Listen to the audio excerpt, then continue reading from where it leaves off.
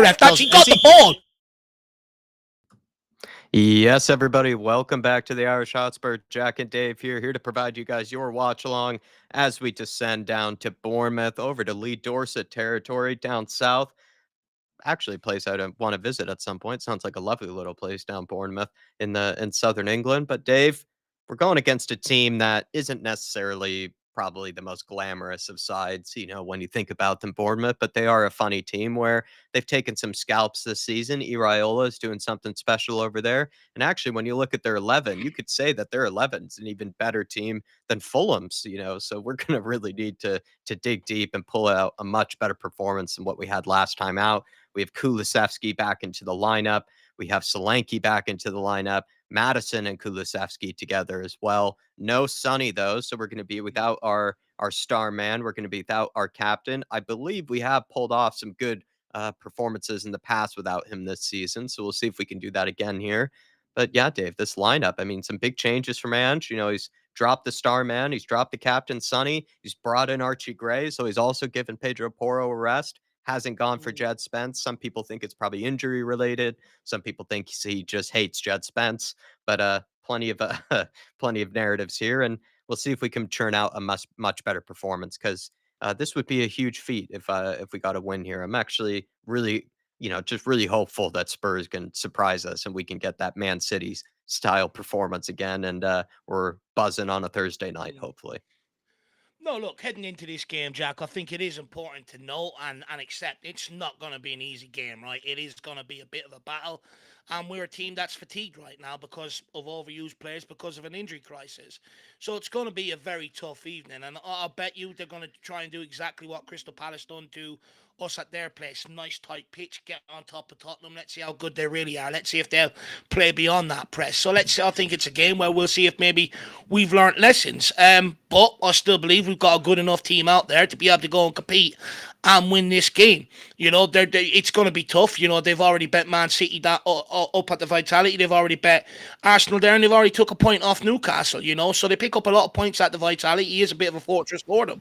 So it's up to us to walk into the Lions' Den tonight and do something that we've struggled largely under Ange Postecoglou, which is winning a away game of football. We've shown that we can do it against Man City and against Man United. So it's not beyond the realms of impossibility. But we do, I've seen a stat banded around the last 14 games where we've conceded the first goal away from home. We tend to not go on to win that game. So we're probably going to have to try and keep a clean sheet tonight. But when you look at the lineup that's put out there, Fraser Forster, Jack, despite many people's concerns about the age, he pulled off 5 great saves against Fulham last weekend. So he needs to replicate that. Dragerson and Ben Davies, they're going to be pressed in terms of the likes of... they're going to be pressed in terms of the likes of Evan Nilsson, Clivert, Basuma as well. I'm worried about that area there. In recent weeks, they've been good on the ball, but with a lot more pressure on them, they're going to have to move that ball very, very quickly and not get picked. I would say I do think there's still minutes for Jed Spence, despite Porro being rested, and I think many people agree it's probably the right decision. I still think there's an opportunity for Spence to come off here, whether it's for Archie Gray if it's not working out, or whether it's for Jed Spence on the left-hand side. I think he's ahead in the pecking order in terms of, regular. So I presume that Jed Spence will be ready to be, will get on at some point, probably around 80, 85 minutes, but he's still going to get a bit of an opportunity.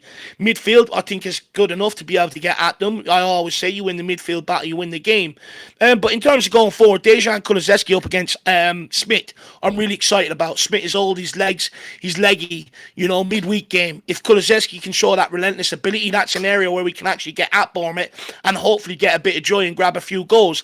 Dom Solanke, Jack, let's talk about him for a minute. I mean, absolutely brilliant to have him back in the lineup. We really missed him last week. You had Werner Johnson and Son, and not one of them wanted to do the unselfish work or really run themselves into the ground like Dom Solanke. And to be honest with you, do I take games and fatigue as an excuse? No, I don't. Timo Werner spent most of the season on the bench. Johnson, to a degree, has been in and out of the team. So it's the only one I'd give the excuse to. But Dom Solanke still has a lot of minutes in his legs. Does it game in, game out? Really missed that. But most importantly, a player to be able to hold up the ball, Jack, and just relieve pressure on us and get up the field. We really missed that against Fulham.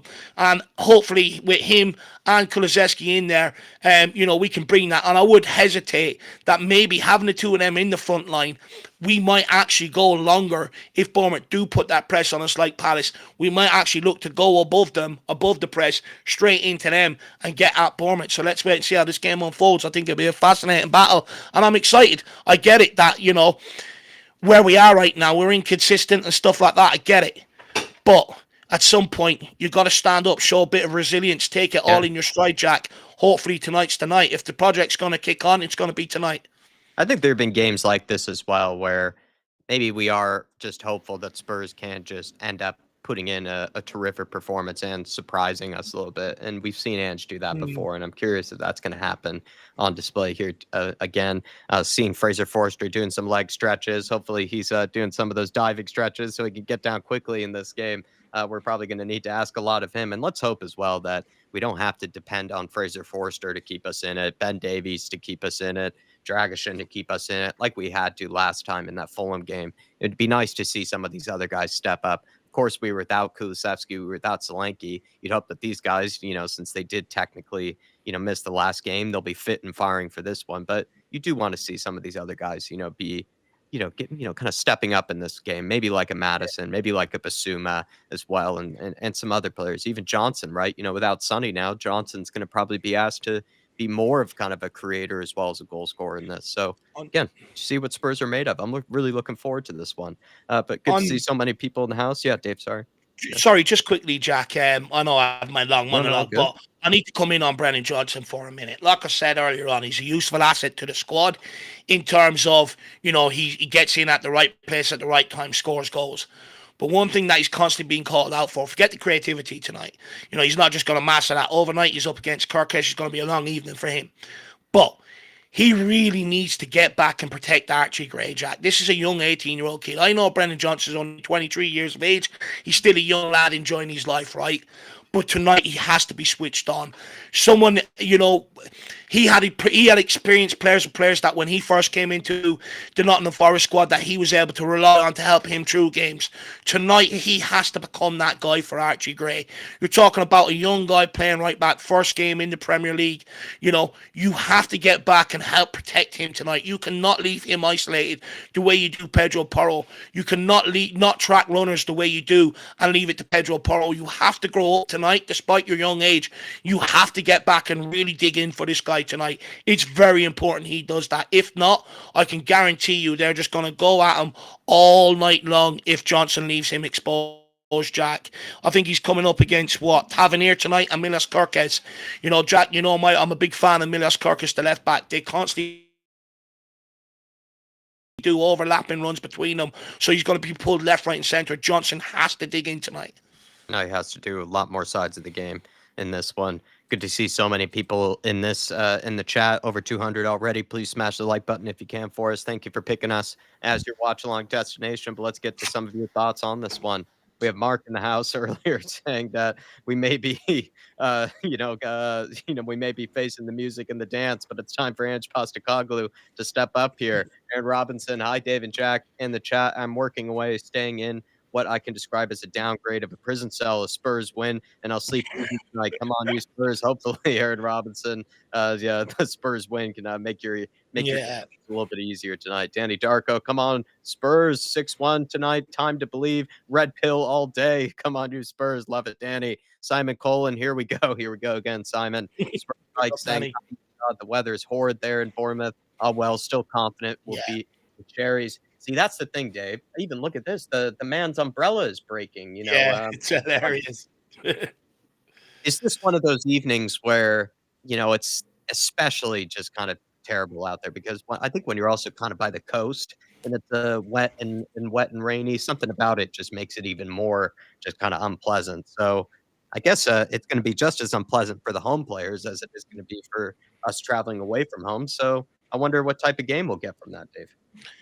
Do you know what, Jack? Look, ideally tonight where you want the ball to be kept on the ground, if you lift that ball by any stretch of imagination, if you look at how windy it was there with the reporter's umbrella, going upside down, I think, that wind's going to take that ball. So ideally you want to try and keep it on the ground if you can.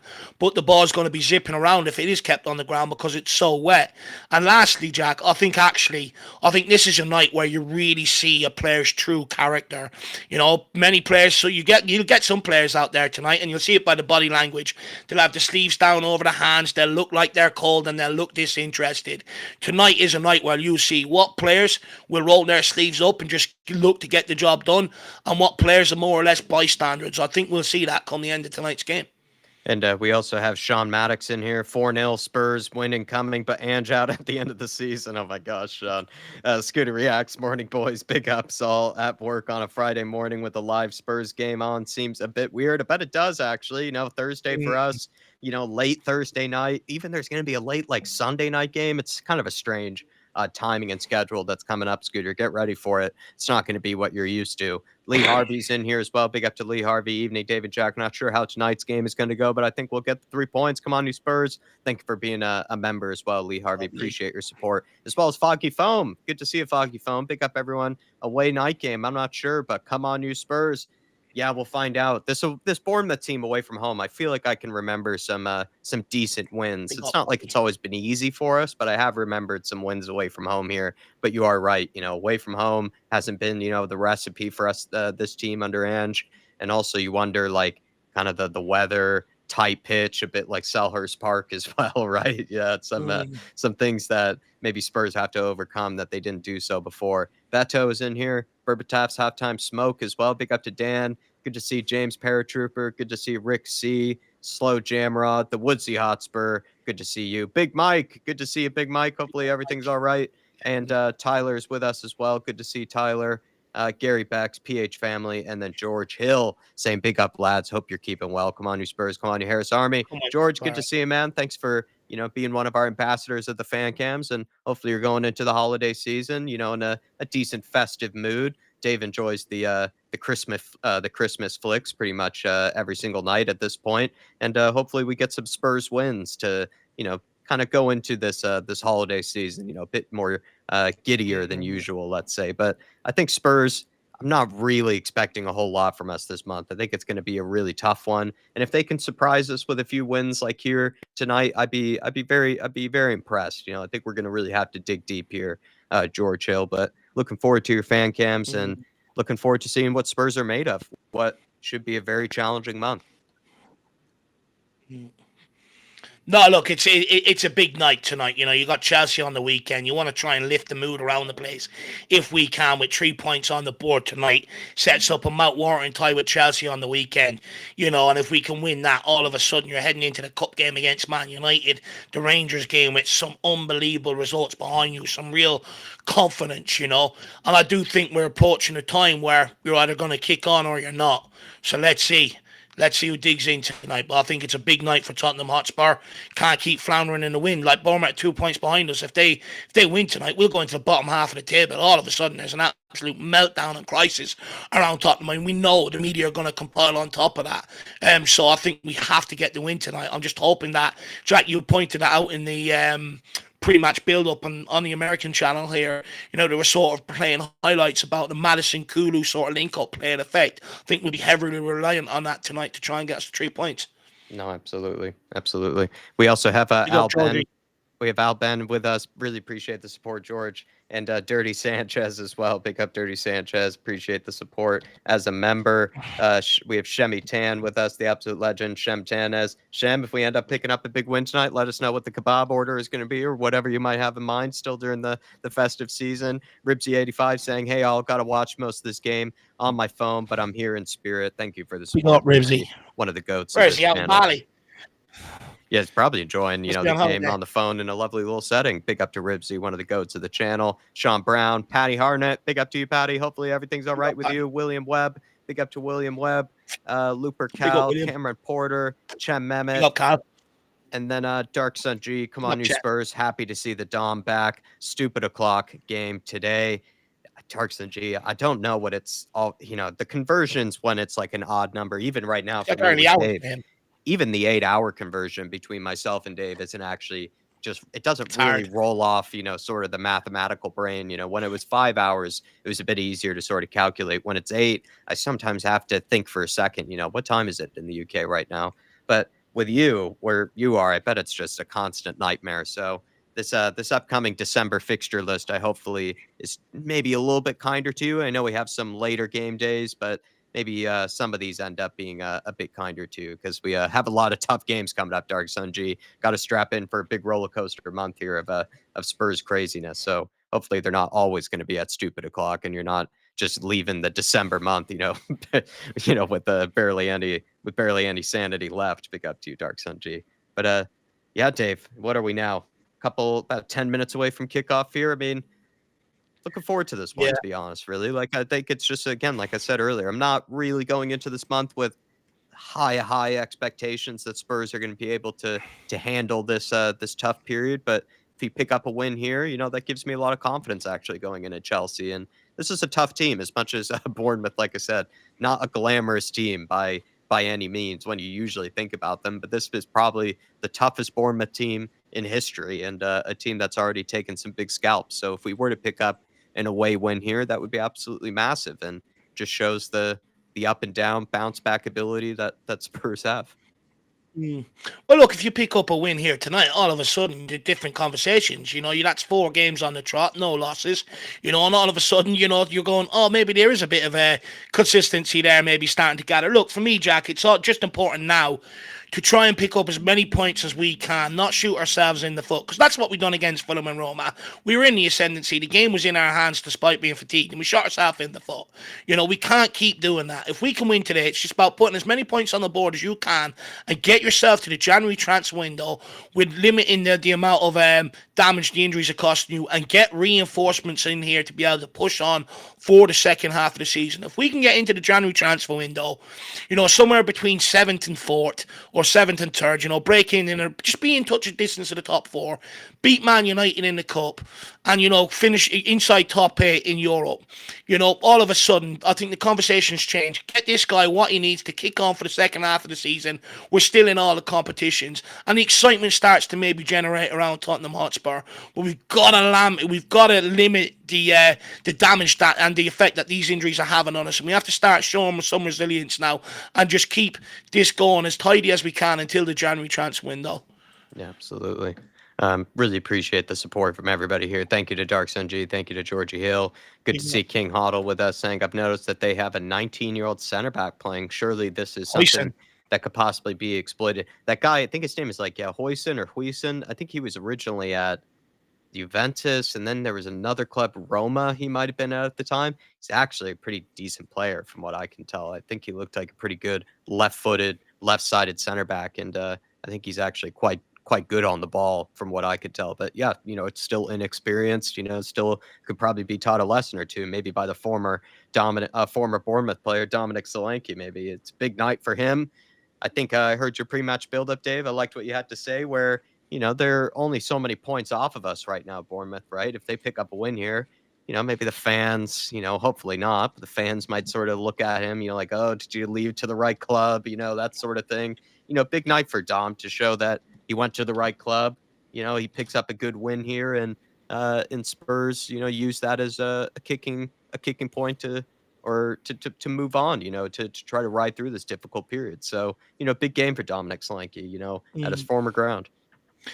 No, look, and I think it's a good, especially if we're going to do it for anybody, do it for Dominic Solanke, right? Show that he's made the right move by joining Tottenham Hotspur, and let's help get that victory, because he would do it for other people coming up against their former clubs, because you can guarantee, if they're in the ascendancy come the end of the game, their fans will start singing you've made the wrong move and all that sort of stuff, and just add more embarrassment. But look, the good thing is I think Dom Solanke's going to be absolutely pumped up and revved up for today's game, Jack. So, you might even see him bag a couple of goals, because usually when you're coming up against your former clubs, you want to show that you've made the right career move. So I'm really excited to see what Dom Solanke brings tonight, Jack. Big up to Tyler saying he's going for a 2-2. Sebastian F is in here as well. Limpy Down Under. Really appreciate you guys. Artist T, good to see you. Drop kicker teacher. Artist T. We have a and a 19-year-old right back. Yeah, we'll see how Archie Gray does today. And it's going to be curious to see, if it's going to be Reguilón or Jet Spence that might come on at some point to relieve someone like a Destiny Udogie, or if he might, bring on 2 fullbacks, maybe move Archie Gray into midfield. That's going to be an interesting call at some point in this game. John Tucker, good to see you in the house. Really appreciate you, John Tucker. Shane Fallon, so many good people in the house. Really appreciate the support today, everybody. And then we have Lumpy Battery, love the name, saying, I know Uh, he's on about boring B Slater. He calls him. He's on about Barnaby, the guy that does stuff for Weird Tottenham TV as his own channel as well. What does he finish it off by saying, this Jack? is a huge game tonight, he's saying. I mean, this absolutely, Dave, a huge game tonight. This is like we were kind of making it out to be a game where we have to see what Spurs are made of. We have to see if Spurs can ride the difficulty of all these injuries, people being at their, you know, red zones of energy levels and stamina. And this Bournemouth team, by no means are the Bournemouths of the past that are a team that you can just easily roll over. This is going to be a very difficult team. Look, it's not going to be an easy Huge game, and I game. think it is a big game. It is a big game. They're 2 points behind us, and they're 13th in the table.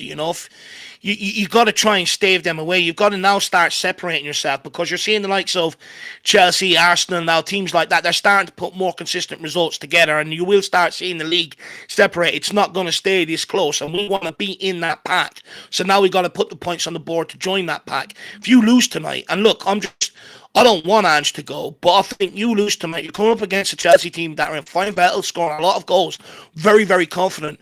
We have a poor record against Chelsea. I think you lose that, the writing's on the wall, personally, going forward. So for me, I think it's absolutely huge that we win tonight and that we sort of alleviate a lot of the tensions around Tottenham, And you win tonight, you go into that Chelsea game full of confidence, going, you know what? Could take these tonight, and then all of a sudden we're up right in the mix. So I do think tonight is a huge game. We've got massive fixtures coming up. After this game, it's hard to see where the points are really going to come. So we got to get the points on the board tonight, Maybe especially after back dropping against Fulham.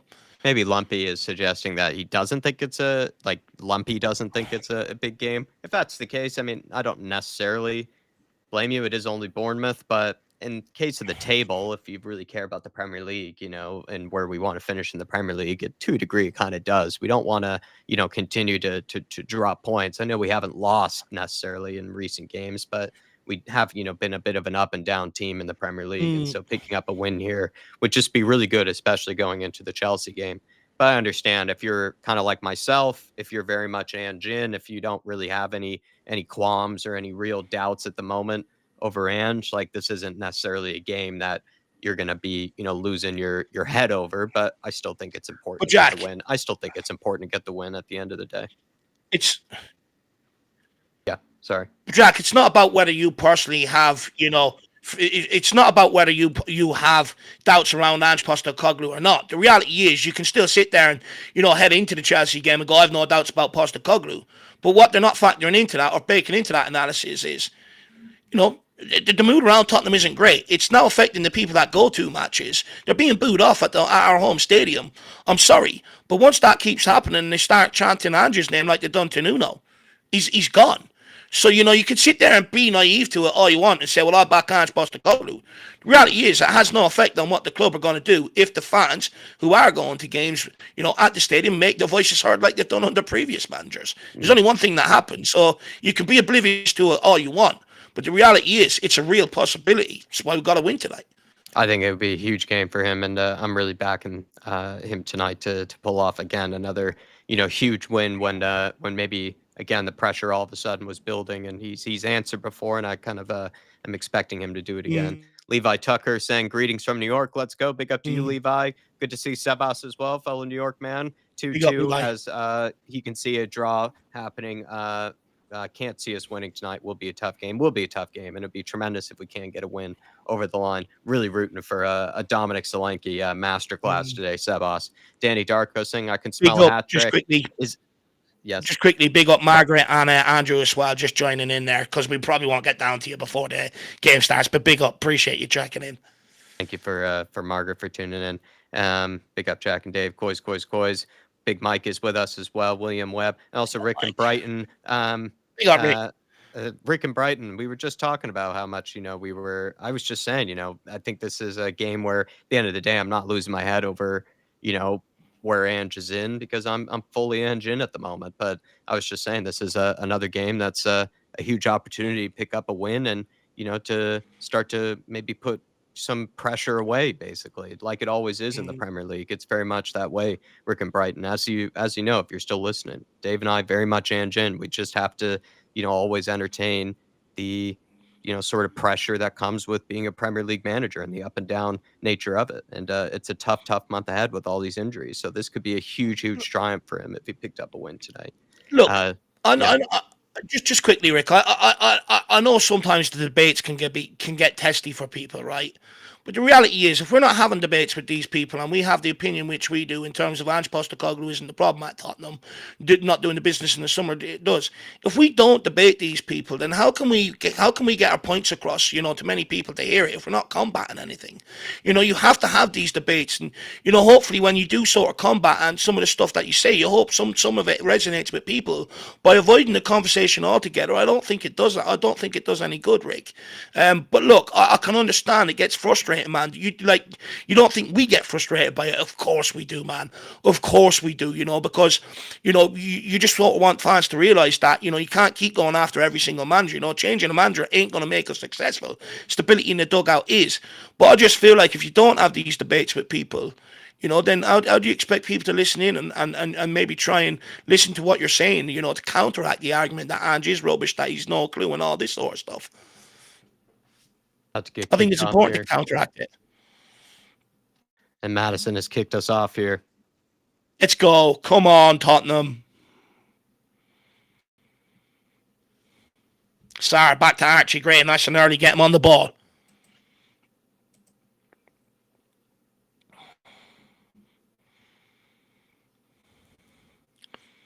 Give us that throw in. Cheeky.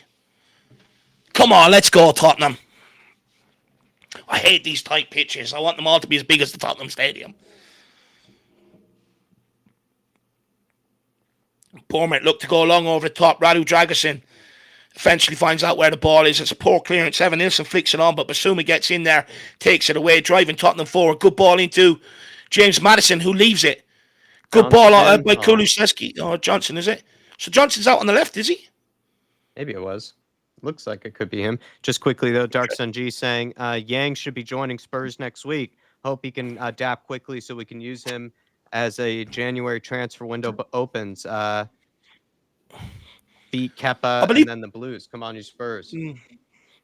Dark Sung G, I believe that Kulusevski sort of maybe said that, we don't want to put too much expectations on Yang. He's only a young kid coming in from a complete different side of the world, a complete different league, and that, it might take him a while to set, and that he has called for reinforcements in the forward line. So I actually think when it comes to Yang, I think we might actually have to be a little bit patient. I think, you might want to start watching some of the under-21 games in that, Dark Sung G. But you got to be patient. Tottenham on the attack here. Trying to burn him on the outside. Who is that? Destiny Adoji.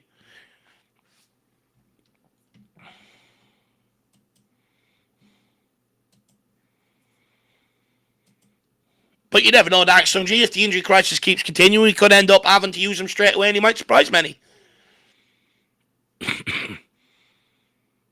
I think Son would be huge in his development and helping him set in, and what a player to get advice off and stuff like that. It's going to be brilliant because Son will be tasked with helping him settling in at Tottenham and stuff like that. What a player to get advice off. Tottenham dealing with Bournemouth nicely so far. Good spell of possession here. Into Solanke. It's a good ball forward into Solanke. Holds it up well. I think Johnson is on the left, Dave, and then Kulusevski is just going to be floating about. Interesting. I had a feeling, even though it made sense when you said Kulusevski on the left, I had a feeling Johnson was going to be moved over. Solanke, look at the hold-up play here. Referee, thank you, Simon. Well done. Well done, Simon. Speak to Tottenham jersey. Can we get a foul here, Simon? Maybe a card as well later on? Come on, you Spurs. Let's have it now. Let's have it. DY is saying, I like this camera angle and small pitch. It's good for my eyes. You do get a more zoomed in look, I will say. It's like a horizontal kind of like plane. I'd rather more of an overview one, to be honest. Up a little bit higher. Dave likes the tactical view. Can see more. This one limits half of what we can Destiny. see. Cross the box. No one there, really. Can Sarr put on the pressure? Bournemouth hitting us on the counter. Ben Davies out of position. Does he need to do that? Does he need to do that? I did. He did. The runner was true on the other side. He had to. Brilliant tackle. Brilliant tackle. Fair play Had to to do Davies that. then. I felt like I saw in the corner of my eye, Dave, whichever Bournemouth player that was making the run behind, but for some reason I thought there was another Spurs player kind of maybe there to track it. I But think it was Semenyo running down the other side. okay. Well, Ben Davies already on a yellow card. Tactical foul from Ben Davies. Well done from Well on Dragishin. Dragishin. Look at the strength. Brilliant defending. Lay on him for a minute. Stay on him for a minute. Well done. Getting roiled up. There we go. We've got him.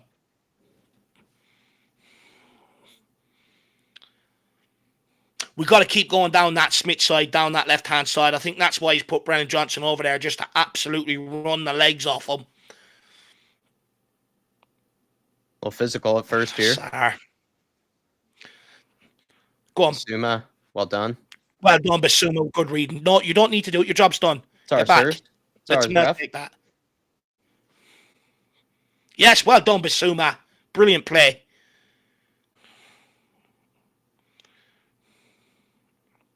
Archie Gray here. Into Dom. Look at the Dom. Oh, sir! Ref, that's another free kick on Dominic Solanke.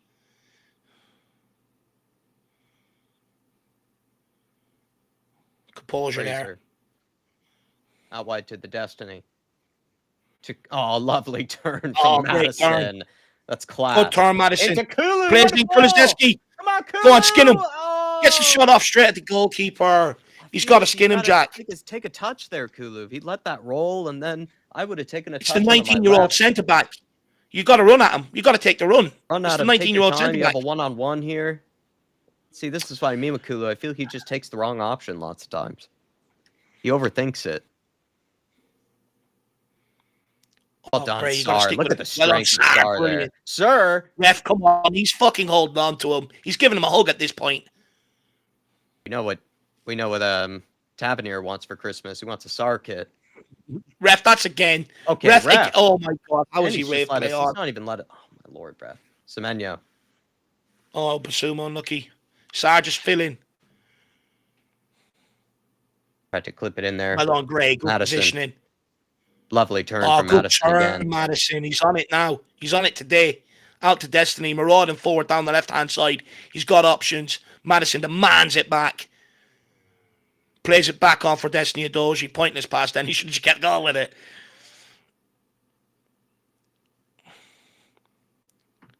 Basuma. Marauding forward. Striding forward. Twisting and turning. It's gone out wide to Adoji. Plays it into Kulizeski. Kulizeski skins his man. Pulls it back. No one there. That's where you want one of your midfielders getting in on the edge of the box there.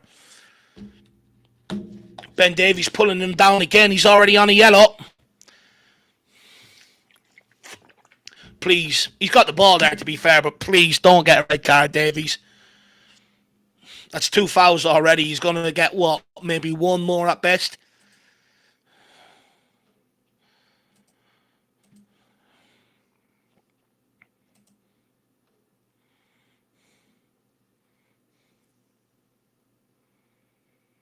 Ed M says he's got to hit that low and near post. Completely agree, man.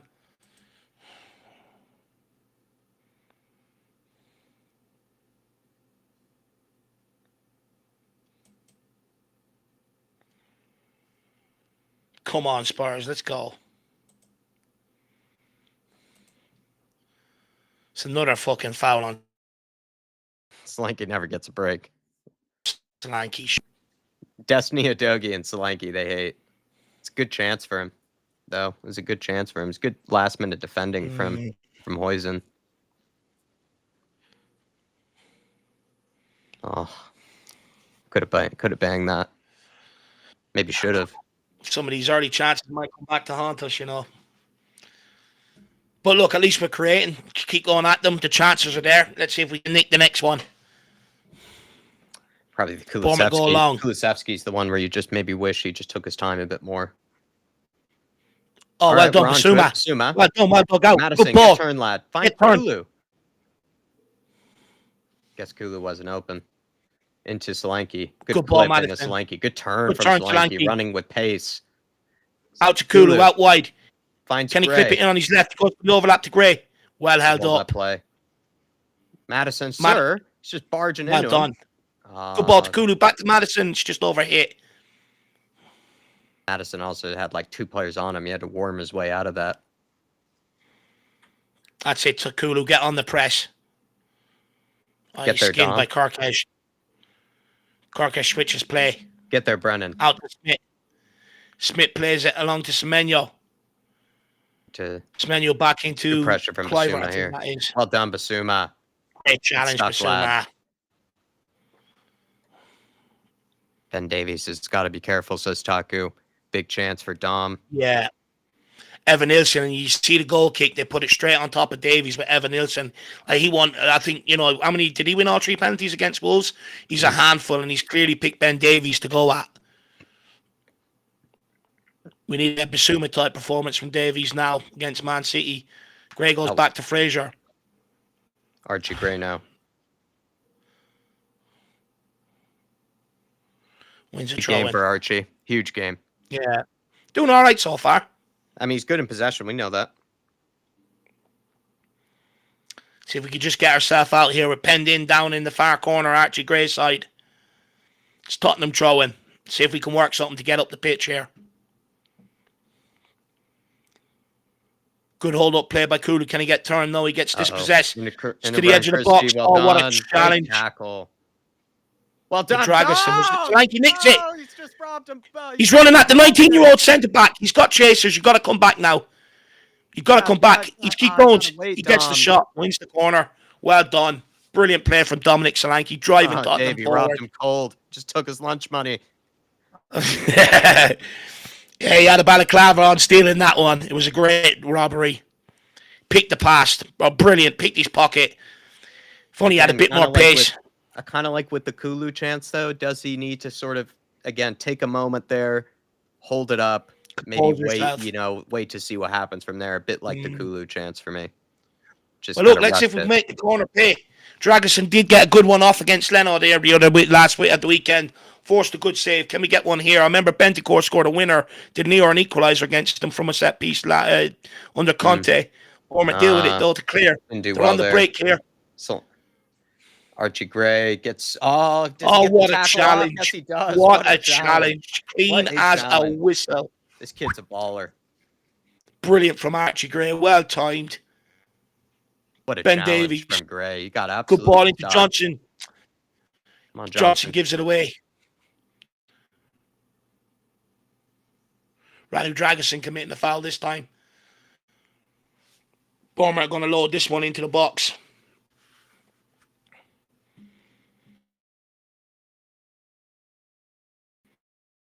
Not a bad harp.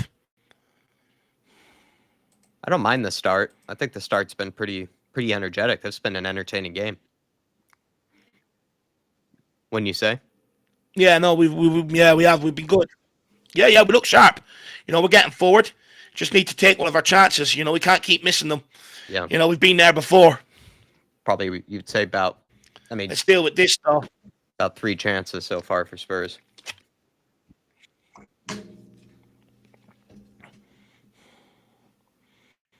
They've clipped it in. Too heavy.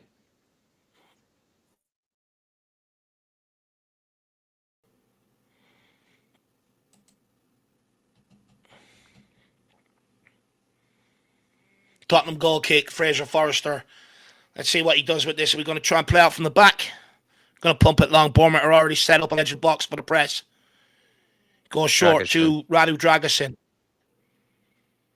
Kulusevski switches it into Madison. Great ball. Madison, good lay off the Basuma. Good first time pass. Adogi running forward onto Brennan Johnson. What can he do? Plays the overlap of Destiny Adogi. Semenyo tracks it. Well done, Johnson Brennan. pulls it back again. Basuma. Get it into Kulu. Basuma. Can we get turned? Can we create something here? Into Matters. Back to Basuma. Come on, lad. Good triangles here from Tottenham. Good spell of possession. I like the... Now Radu Dragerson opens up his body.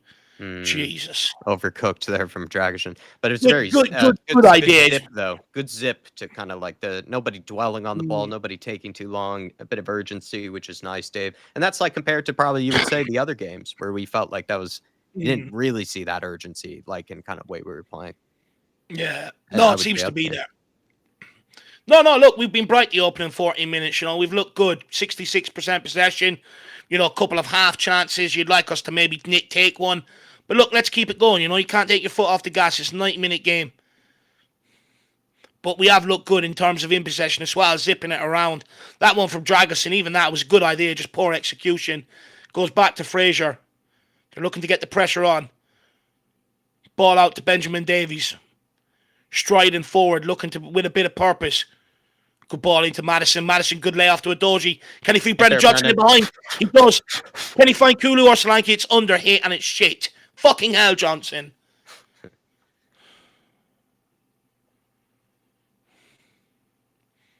Come on, get back after it. Don't let Brennan ruin your evening. Flick on into Evan Nielsen. Dragic's got to get closer to Evan You got to Nielsen get there. You can't let him skin you. Archie Gray's 1-on-1 in there. Back to Fraser. Christ. That's not an easy pass for Fraser there, Dragon. Keeps it in. Still in. How's that still in? Some win there, boy. It's a good ball into the box. Well on Archie Gray. Good clearance. Clear flick it. No, he can't. Come on, rob him again, Dom. Rob him again. Into Hoyson. Cliver. No, that's not Cliver. That's Christie. Christie out to Semenyo. Got to get close to him. Do not let him run at you. Out wide. Cleared away, Dragon.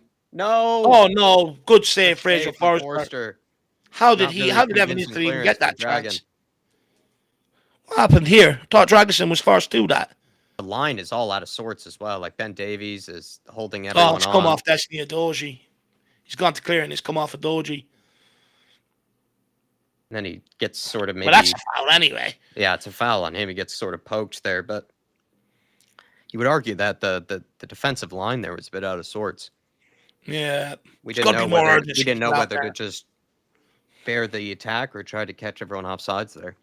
Yeah. Good to see you, Dan Coys. Hopefully you're all good. Big up, Danny boy. Good to see you, my man. Bournemouth have some big men. Is it going to be an outswinger? It's going to be an in-swinger here. Got to deal with this. Evan Nielsen. Oh no, it's a free header, for fuck's sake. It's the 19-year-old kid, Hoyson. Jesus Christ.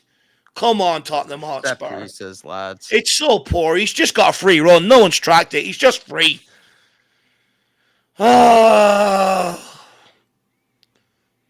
you can't go into your shell now. It was a good start as well, felt like, from us. It was a good game. I mean, it's obviously, going to have to battle back. We've come back before, but it just felt like it was a good start. And once again, we shoot ourselves in the foot with the set piece. Destiny Udogie sort of jumped. Dragic, that's really lost clear him. Anything.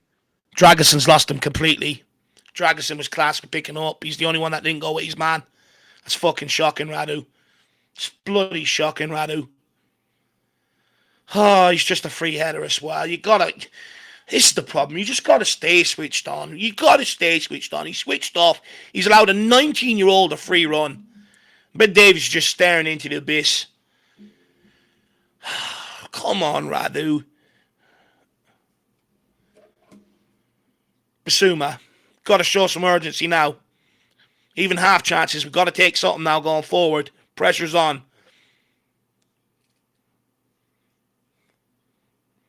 Can Kulu get there? Come on, get the throw in taken. See if we can find a quick response here.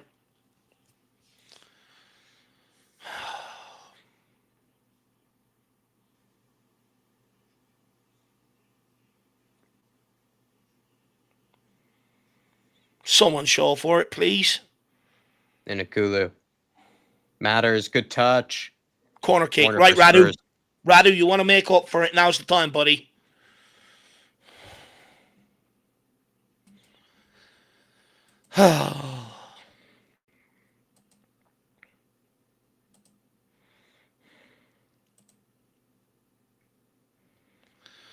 So frustrating.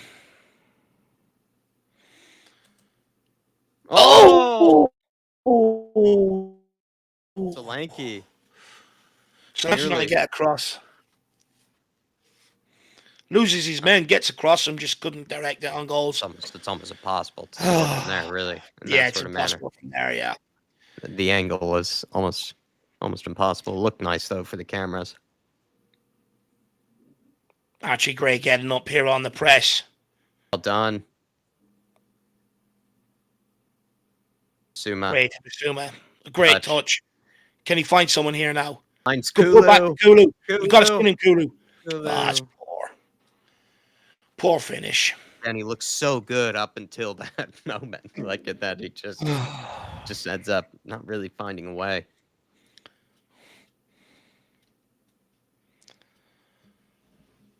Stop smiling, Kulu. Only smile when you score, man. Come on.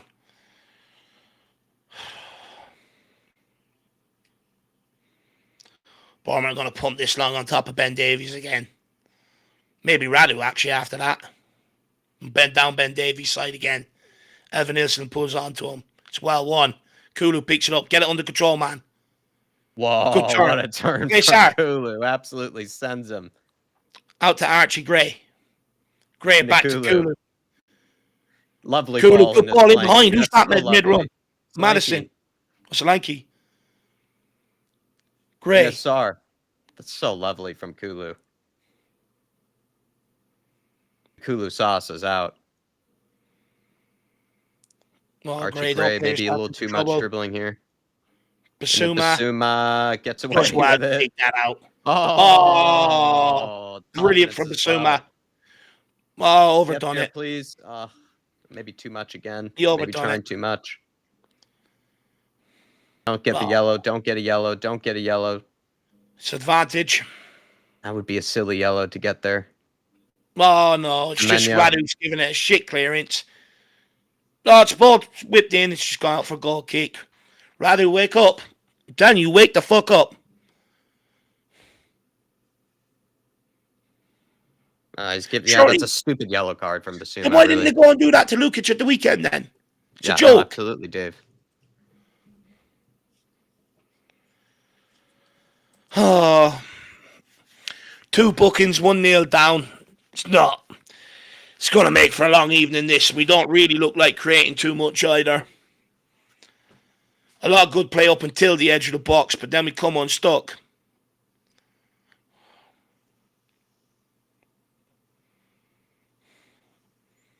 Radu picks it up.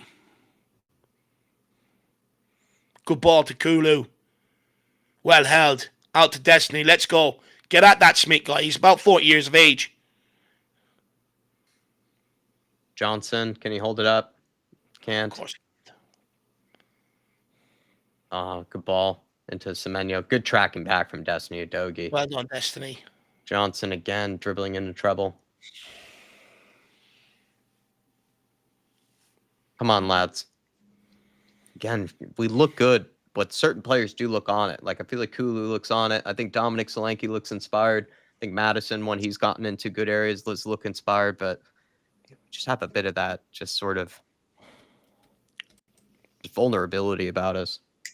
Where we just know how to undo all of that hard work and do all that good play by just being a soft underbelly.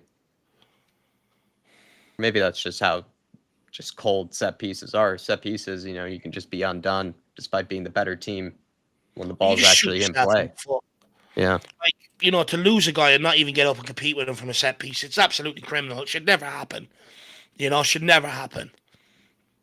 Daniel Larson, Jack, I'm sorry. The ref from the full game was proper shit. I was wrong.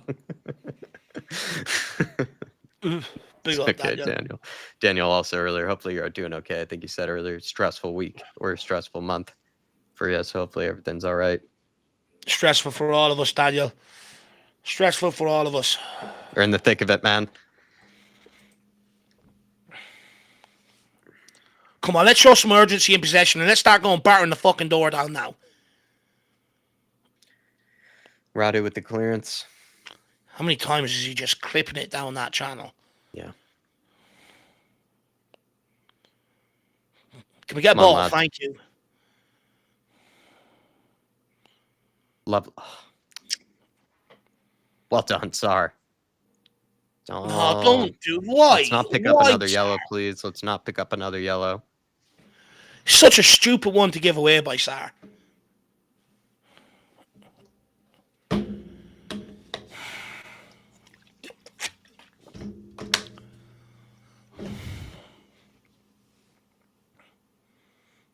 Boyson goes long into Evan Nielsen.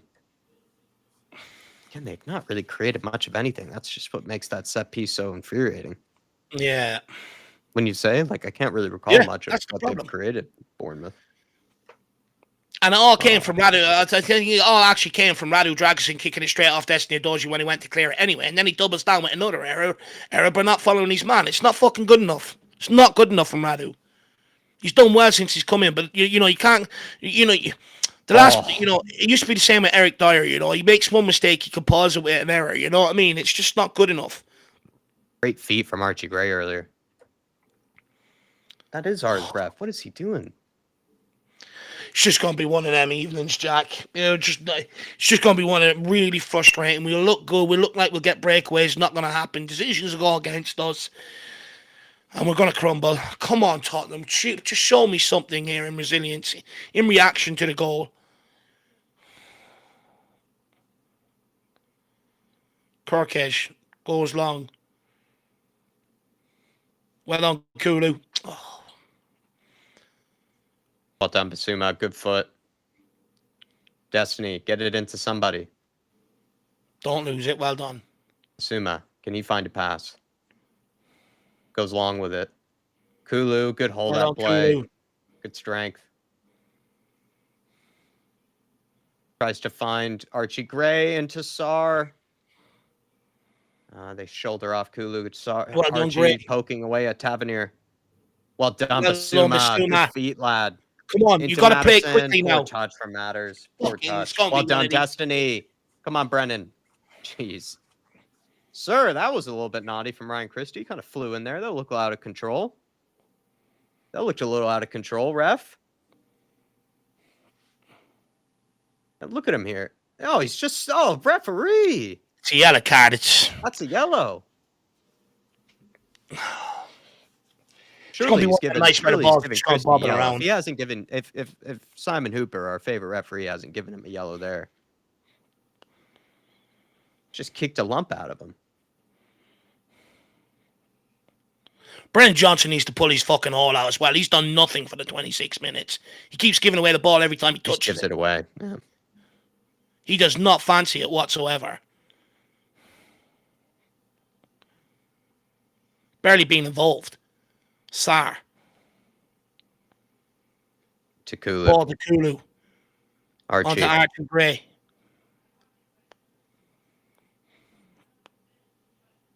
Good hold up play from Archie. Good strength. Someone get Sir, I mean, he has he's got his whole kit.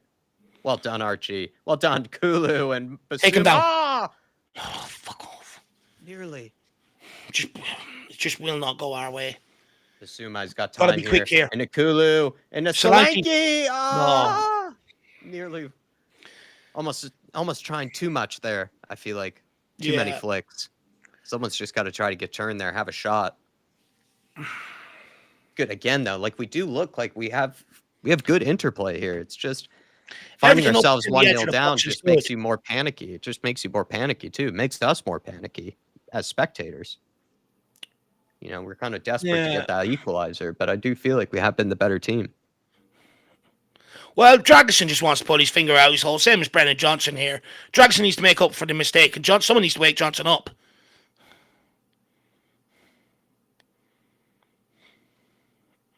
Destiny. To Sar.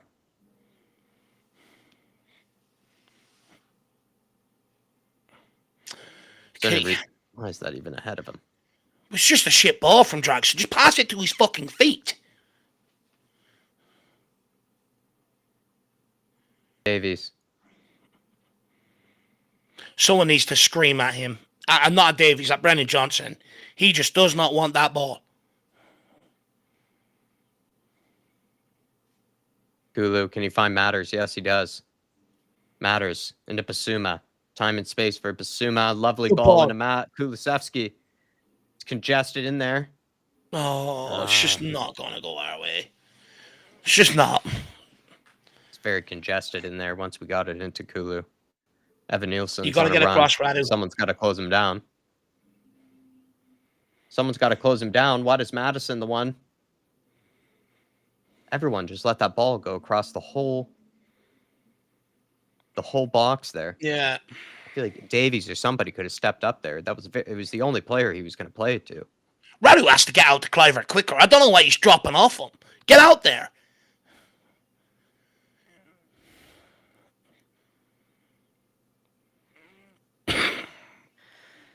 Johnson's been invisible on the left, says Shemtan. He doesn't want the ball. You know, Davies getting the ball. He's looking for Johnson to make a move, and he doesn't want it. He's not showing for it. And anytime it does go into him, he's losing it because he's not ready for it because he doesn't want it.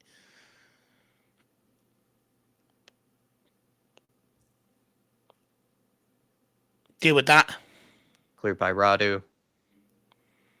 Goal kick. 30 minutes in. Near Aviv becoming a Flat Cap member. Thank you, Near. Big up, Near. Appreciate the support. Basuma, come on. You got to move the ball quicker. Stop arsing about with it back there.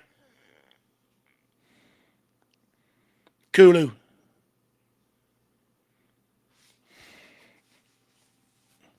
Yeah, let's just keep passing it across the fucking back line. Why not? Oh, Lord. Oh, God. Thank you, Archie.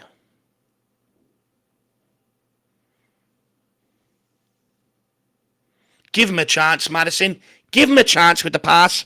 Now Bournemouth are breaking on us. 7. Do not let him shoot. Oh my God. It's just so easy. Is he off? He's off. Yeah, he must have been off. Oh, that's just a shit ball from Madison into Solanke. Give him half a chance. You know what I mean? It's undercooked. He didn't look on the same wavelength. Well done by Ben Davies to step up there. Well done. Yeah, good choice. Good decision making there from Davies.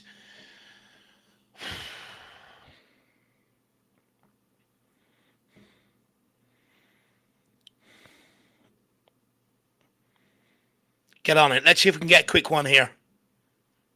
No, we have to go through the routine. Special taker. Give it to him. How many hands does the ball have to travel to? We're 1-0 down. Get the ball under game.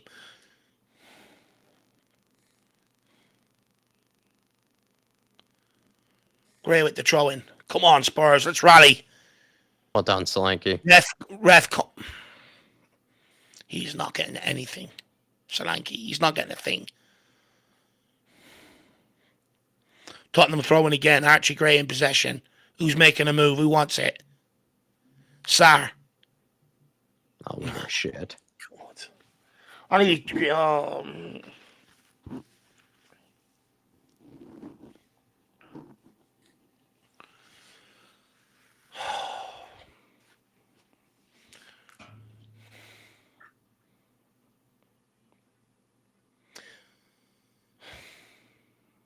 Ref, how long did he want on the throw in as well? Come on now.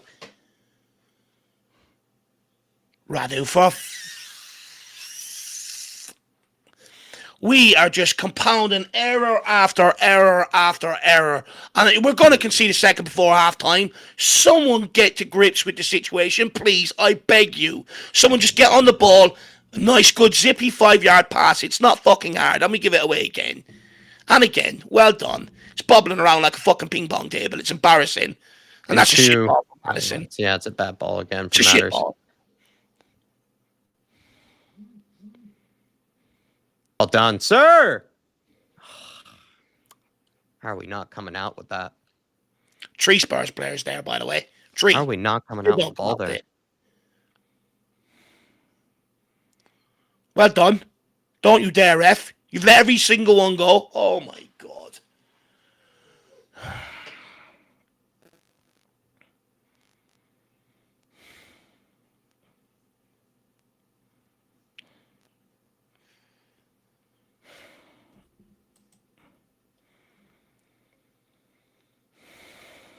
He's a turtleneck man, Uraiola. Keeper slips kicking that. Sarr wins it. Kulu. Come on, can we show some urgency? Good ball. Sar. Come on, Sar. Fuck off, Lino. You've let every single one of them go on Solanke. Every single one. And you give it to Kirkesh. Are you for real?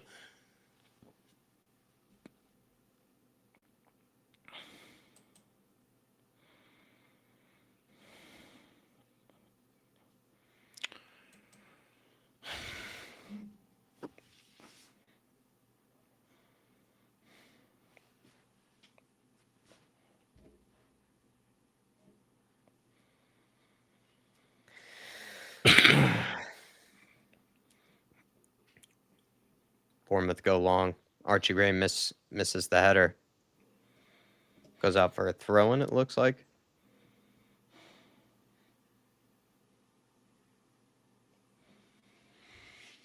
Come on, Tottenham.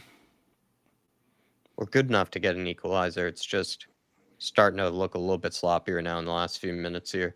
Bournemouth could easily try to get a second, and then it's... Come on, Solanke, get onto that Come on, lad. Solanke. Johnson, will you get up there? Move that ass. Solanke gets tackled. Kulu lets it go out. Kulu tries to throw it early into Sar. Sar maybe bring it under control, lad. Just Bring it take under your control. time. Destiny, Basuma. Get out wide, Johnson. Basuma. Still Basuma. Switch of play. Barby Literally no one. Who Oh on my. earth is he playing that to? Oh, holy fuck. Who I'm on gonna earth is he lose playing that my to? rag. I am going to lose my shit with this team. Who has he even seen out there? And if that's a cross, I'd haul him off for that alone. That's fucking shocking. Raiola is making sure he didn't see a ghost.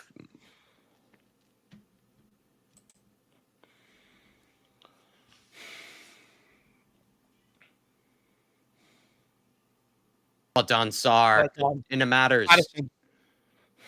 Kulu. Well, Radu. Oh, Jesus. Radu. And it's going out of play as well, man. Hit it to where Solanke is. I'm sorry, but is it that? How's like, he not are they hitting it towards colorblind? Solanke? Get it towards the striker. Are we colorblind? We are playing in blue jerseys, and for the last 15 minutes, we cannot find two passes together. It's embarrassing, man. Lost all composure since making that sloppy error to go 1-0 down. Lost all composure.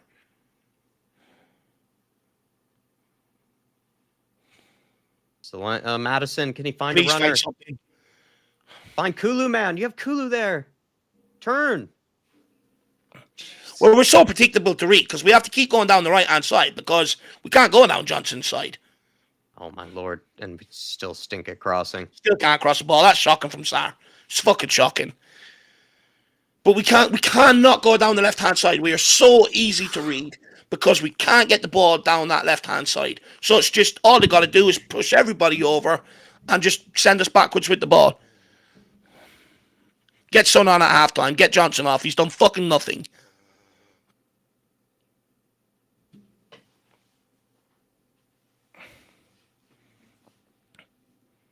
Everyone just standing there. Come on, move for the ball.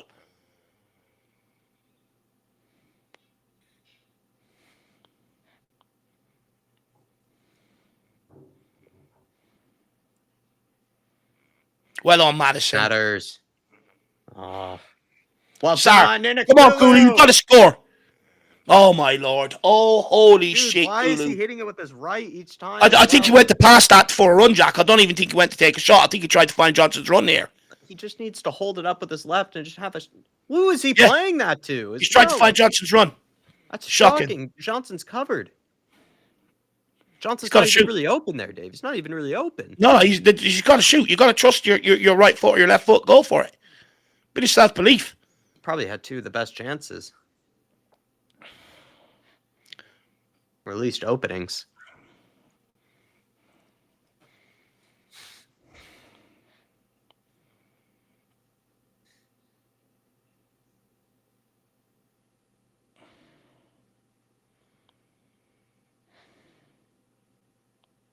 Why are we seeing ghosts like in this game? Like Basuma just sees a ghost of a Spurs player. And same thing with Kulusevski there. Who on earth are we playing to? Stop going back into the corner. Suma out for a corner here. Does well there, Basuma.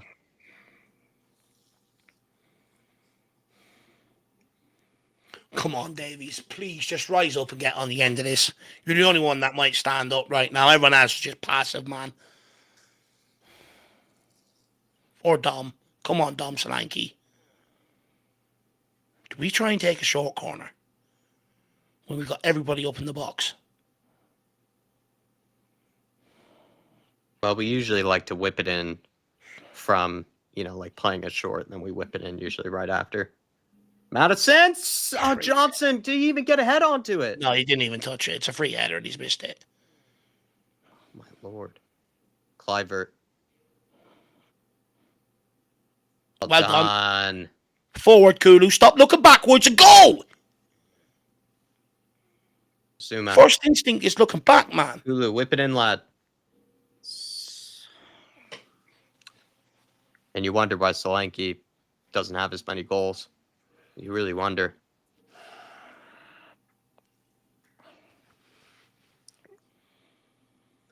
I couldn't imagine being a striker and being on a team where nobody on the team knows how to cross a ball.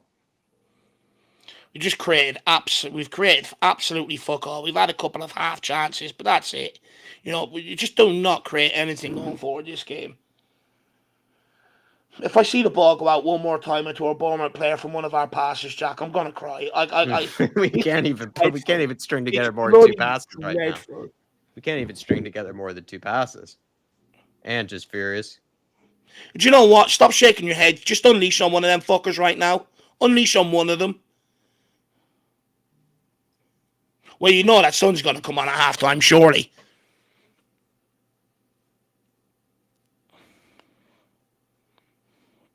The reality is, Bournemouth actually haven't even been great. It's just that we switched off. It should be 0-0. Bournemouth haven't created anything either. We just switched off. That led to their goal. They've done fuck all in this game. It should be 0-0. It should be 0-0. Oh, Radu, Lord, please, Jesus lad. Christ. Please, Get him Radu. off too. Another shaky performance from him. Sar, lovely touch. Please, Madison, find someone. Madison goes long. Can Solanke keep it in? He can. Skin him. Holding it up this time. Too slow, man. You're allowing everyone to get back. He's took 2 runners with him. You got to run at the guy. Take him on. Matters. Sar, can we whip it in this time? Of course not. Matters. Yep. Nakulu fires it too hard in Nakulu there. Wake me up when we actually complete a cross, please. I'm going to sleep. This is pissing me off.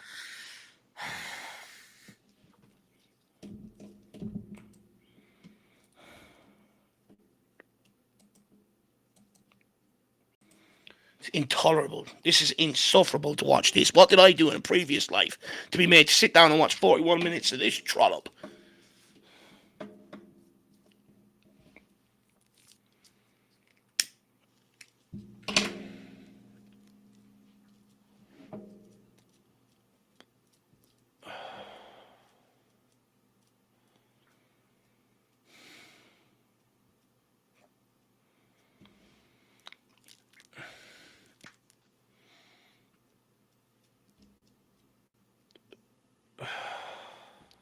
Tavernier goes for a hit. Good block by Archie Gray. Can we launch a counter here? By Gray. Come on, Probably Kulu. got to center it, Kulu. Get rid of it, lad. Find someone, lad. There we go. Got Good Madison run. making a run. No, it's a poor ball. How many times have we said that tonight by every player? It's just a poor ball. Someone onto it. So poor. That's a free. Not a foul given. Evan Nielsen. How have we not? Madison makes a great run there, and then, my Lord. And then Sar also as well wins the tackle, and no one's even there to win the second ball.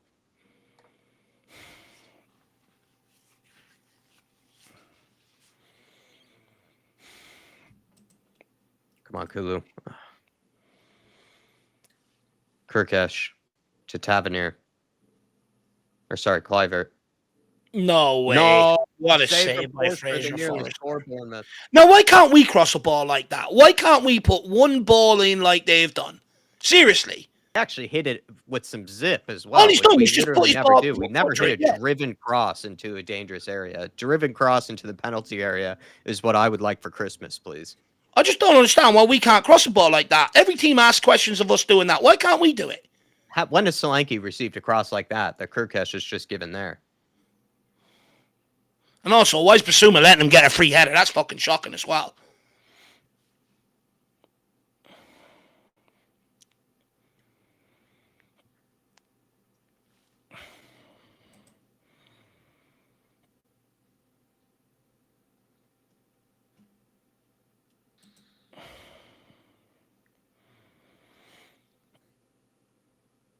Well done.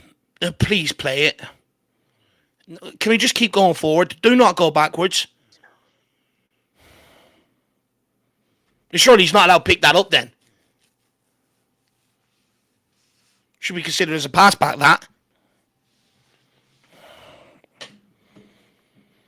The time wasting's unbearable as well. I know they've earned the right, but it's unbearable.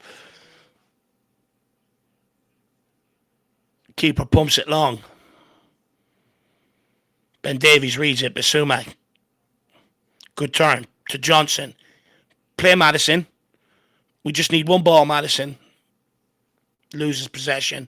I don't even know if that was the right pass into Madison. Looked like there were others open that were better.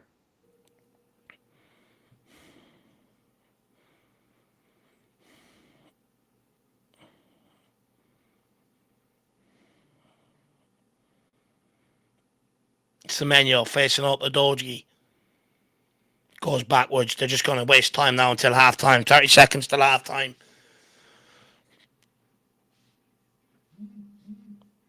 Ball out wider. They're just going to cross it in. Semenyo lays it on. It's pulled back. It's good defending by, who's that, Davies. Get it launched. Get it forward. Well done, Matters. Into Brennan. Come on, lad. Find Kulu, Johnson. It's passive. You have players forward, and that's the pass he plays, dude. I'm sorry, take him off. Forward. You saw Kulu. Archie. Come on. Go forward. Your boys. It's the last chance before the half. Move your ass, Johnson, please. Oh, my Lord. Why is he's blowing it up? Oh. Well, I don't know, Dave. I mean, it's a game where I feel like we have been the better team, but we haven't even really been that great, to be honest. We suffered another set-piece goal. We've been better from set pieces this season. I still have said, though, we could still – it's not like we're been incredible either. We still definitely have a lot of room for improvement still. But that's just really frustrating to have conceded because, to be honest, it should be kind of 0-0. And between two teams, I wouldn't say haven't really played very well. It's kind of how I would put it. I mean, we have had little openings, like Kulusevski's had two little kind of half chances where if he does better, he could probably fasten, a good shot on goal. I think we had some other chances with other players as well. But for the most part, it's not like we've had any just clear one-on-ones or any clear-cut opportunities. But Bournemouth haven't really either. It's just been a game where it should probably just be 0-0, and you'd hope that Spurs maybe go on and take this game. But the fact that we already are a goal down, shot ourselves in the foot. But it's been a weird one. I mean, we played better, but we don't really necessarily deserve to be 1-0 ahead or anything like that either. Look, it's an absolute turgid game of football. It's an absolute crap watch. Despite us maybe dominating the possession, let's be brutally honest. How many times is that ball just bouncing around, ricocheting around? It's embarrassing. Then when we do break on Bournemouth, for some reason, when we get up to the final third, we slow it right down, allow them all to get back in positions before we do anything with the ball. We need to be a lot snappier when we get into that final third around the box. A lot more decisive with our decision making. Right now, everyone just wants to pull it back, recycle it, and bullshit. You see Fulham there, and it does absolutely not win in your possession. When you got possession, you got to bombard the box, ask questions of them. We ain't doing that. You look at Bournemouth there right near the end, 30% possession, and they get one attack and they nearly go and score a second from it. Just because they can get down the byline, put the ball in the box and get people running onto it. How many crosses have we seen? Johnson won, and I think, Basuma won, Papa Matasar the other. Either side, straight out for a throw and out the far side. It's nowhere near fucking good enough. The quality is absolutely crap out there in terms of possession. And to be honest, anytime Bournemouth do get close enough to lay a finger on us, they want it more. They're winning the physical battle. They want it a lot more than what we do. Brennan Johnson has offered absolutely nothing out there for 45 minutes. I spoke coming into this game with the weather. It's a true test of a character of a player if they want it. And he's doing exactly what I said a player would do tonight. Stand there, shoulders up like that, sleeves over their hands, couldn't give a fuck. Anytime the ball does go to him, losing possession, disinterested. I'm telling you now, if I'm Postecoglou, I'll make an example of him at halftime. Then I'm hauling him off and I'm getting Son on. I am not accepting that from Brennan Johnson. We are in the mire here now. We need our players to step up, dig in, and he is absolutely hiding out there, shirking responsibility. And in possession, we are just absolutely woeful. We're so crap. We're so slow with it. Bournemouth, just nice, decisive, quick, penetrating football. We just want to piss around with it. And the half chances we have created, the shots are dribbling on goals. We haven't even tested them. Look, let's be brutally honest. Some would say you're unlucky to be 1-0 down. They've had 2 shots on our goals. One of them is a set piece, but Radu drags in. It's piss poor. It's him that goes to clear the ball and balloons it off Destiny Adoji in the first place. And then he compiles it by not marking a 19-year-old, letting him run free. And getting a free header on our goals. And all of a sudden, we find ourselves 1-0 down. There's too many Spurs players in this team that want to cheat. If they actually just done the right things, their quality would be good enough for them to go and win games on a consistent basis. But when you've got players like Johnson out there tonight that wants to cheat, when you got a player like Dragerson, who, let's be brutally honest, he nearly got caught as well in possession, who wants to cheat a little bit and not do the right things and stay switched on, this is the result of it. You make your life hard. It's not good enough. And now they've got another 45 minutes where I've no doubt Ange Postecoglou is going in there right now at halftime, going, guys, everything we've worked on now during the week, what the fuck has happened to it? Game plan is already out the window. So he's going to have to go in there, rollock them again. But there's only so many times the team's going to keep responding to that as well. And going into the second half, you would think we're probably fatigued, so it's not really going to be a second half that's going to suit us. The only hope we have now is that Son can actually come in and actually bring that bit of quality that he's been missing in recent weeks and try and turn this game. But all in all, nowhere near good enough that half. Again, when we go 1-0 down, no one has the answer. Everyone hides in their shell. It's not good enough, Jack. No, it's not. Please, everybody, get your thoughts in. Get in your comments here. Where do you stand on the game? A lot of people felt like I'm being way too generous by saying we were the better team. We do have to take a minute, though, to talk about NordVPN. Please, everybody, it is pinned at the top of the chat there. Do grab yourself a NordVPN account, please. Get yourself a 2-year plan. Get 4 extra months free using our code FLATCAP, pinned at the very top of the chat there. And it just makes your Spurs life, I think, a lot easier. You're able to watch more games, with Spurs without having to go to dodgy websites. You can pick up a cheaper streaming service. You can as well, move yourself over to a different country if you wanted to watch, let's say, some La Liga or let's say some Bundesliga, a bit easier. I know for some people it can be harder than others. There are plenty of countries that have it quite easy. Sometimes it's just one streaming package that you can pick up, move yourself over to Australia, move yourself over to, I don't know, a Korean streaming service. You might end up being able to watch games that normally you would like to, but you're not able to, and you can do it for a lot cheaper as well. And then another thing too is it just makes your life a lot more secure. Nowadays, people are trying to steal your information when you go on different Wi-Fi's or just in general when you say yes to cookies and that type of thing. Right? You're giving up data, and if you have a VPN account, especially a NordVPN account, you can make sure that your data and things like that is a bit more secure. Bank details, all that type of thing. And also, if you just pick up one account, you can share it amongst your family. You can have everybody be secure, so you can have up to 10 devices. But Dave, any quick things you'd like to add to NordVPN as well? Yeah, before we look, get even to if you don't, everybody. Yeah, even if you don't want to watch this turgid football, it's still great for you to be able to tune in and find your TV series, movies, and stuff like that. And the best thing is, it's great for when you're on the go, traveling. If you're a person that pops in and out of different countries for business and meetings and all that sort of jazz, it's good. You can tune into subscriptions you already own rather than, sitting in a hotel room watching weird shit on the TV you don't understand in a different language. So, it's a massive help in that regard. So big up NordVPN for the sponsorship this month, and really appreciate the support. And Dark Sun G saying Bissouma off, Sun on, Davies off, Spence on to avoid the red card. We picked up a lot of yellow cards there, Dark Sun G. I mean, Bissouma's felt silly. I didn't think, he necessarily needed to kick at Clivert. He was on the touchline anyways. Dave, pointed out was a good tactical Had to. foul, and Davies has done once again, I think, pretty well, to defend in this game.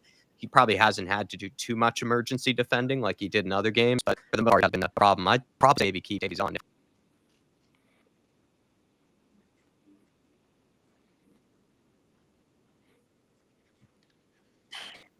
Look, like, first of all, I said Brent Johnson before I off. I'm sorry. Contribution over 5 minutes is not good enough. You got to remember, this guy's up against a right back, Adam Smith, who Tottenham Dean wasn't good 10 years, 15 years. And he's absolutely Brent Johnson off him. That's the first change I'd make. Get something on. I'd maybe at some point look, if you have to, bring on Jed Spence at some point, either right or left side. Try and bring a bit maybe more injection. And also, if I'm Ange Postecoglou, do you look to maybe make some sort of tactical tweaks? Do you in terms of, do you go two up top? Maybe get an extra body in the midfield because it's a tight pitch. There's a lot of ball bouncing around. To be honest with you, Jack, I don't really have the answers right now, to be quite frank. I would just haul off Johnson and make a statement to everybody else. If you think you're going to go out there second 45 and do the same, you're sadly mistaken. If Ange lets Johnson walk back out there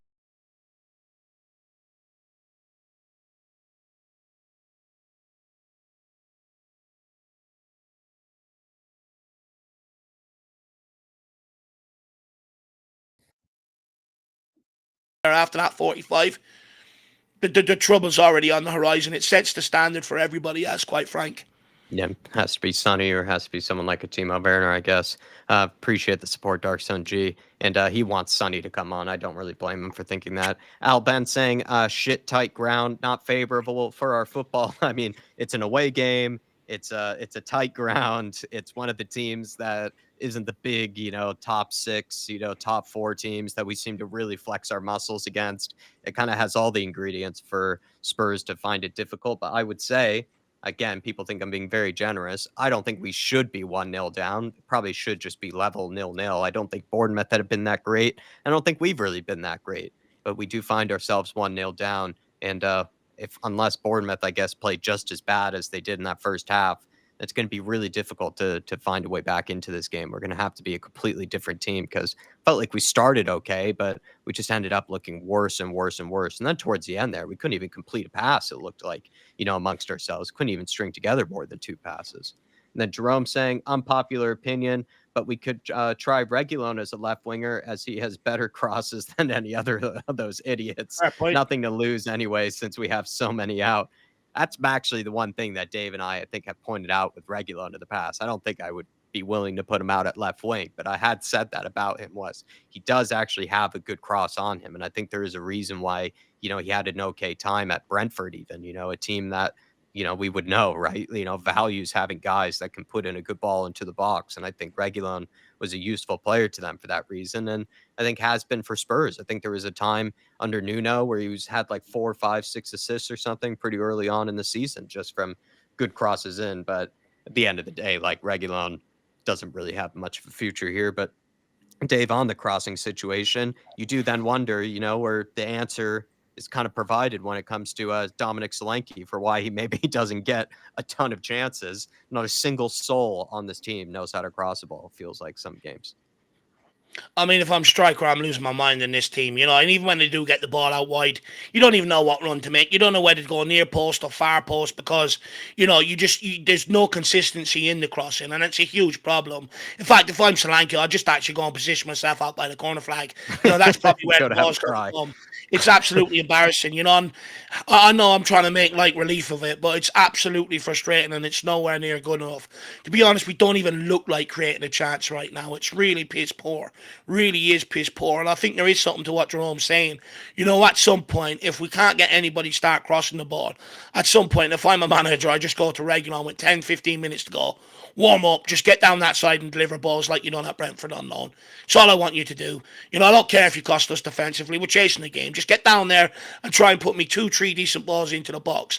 But like I say, even when we do, if you're a striker, you don't know what run to make. So chances are you're going to get on the end of it is known when you're playing a guessing game. It's just not good enough, Jack. It's really, really frustrating. But not only that, even when we're trying to play through the middle, the passes are overhit, underhit. You know what I mean? It's like, can we just get one good pass into the feet? One good pass, please. And then the biggest thing is when we slow it down on the edge of the box. At one stage, Kulu had the centre back out on the right hand side, 1-on-1.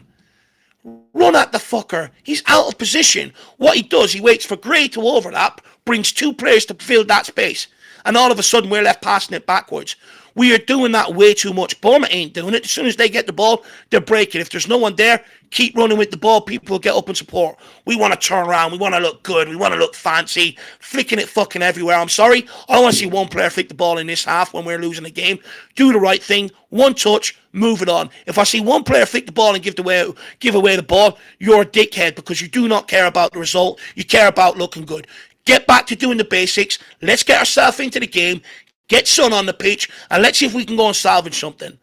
We need someone who can cross the ball. I do agree, Jerome, and it really is pathetic to watch, actually. It just makes me feel just makes me really sympathize to Solanke, just being a striker in that situation where just no one even knows how to cross the ball at whatsoever, it feels like. And they even look scared to try to cross it half the time when they have opportunities to do so. Big up to you, Jerome. Appreciate the support. You look at plenty of people here. Solanke has got to be regretting coming to Spurs. Mary W saying Reggie at least can cross the ball. Simon Coley, some of our so-called top players are having a mare. We have Kevin Ferguson saying when your team is struggling, that is when a manager needs to earn his money. It's really big question marks in red. I just think it should be 0-0, but this is where the job is made even harder on the team in Ange, and they're going to have to find a way back into this one. Brecken saying Fulham are even beating Brighton right now, so if we can get our shit together and win, we can go to 5th. Let's see if we can pull out a masterclass here in the second half. We are Spurs TV so bad against Brighton. I mean, Dave, does Ange just have to make immediate changes? Does Sonny just come on at 45 minutes? Is that probably just the only thing? Yeah. You got to make a change, Jack. If he allows that same 11 to walk out that second half and think the bollocking going to be good enough, I'm sorry, it's going to be a long, long evening. He might sit there and argue, look at the bench, I don't have too much. But I'm sorry, with a performance like that, you got to get Sonny on it straight away at halftime. If not, you're not sending out any message. In fact, the bollocking you're probably after giving them, it means nothing if you're sending the same 11 back out there. You can't put trust in them to go and dig you out when they already knew it was a big game heading into it. And they've already let you down to a large degree. Looks like we've gone same 11 again. No subs. Little huddle.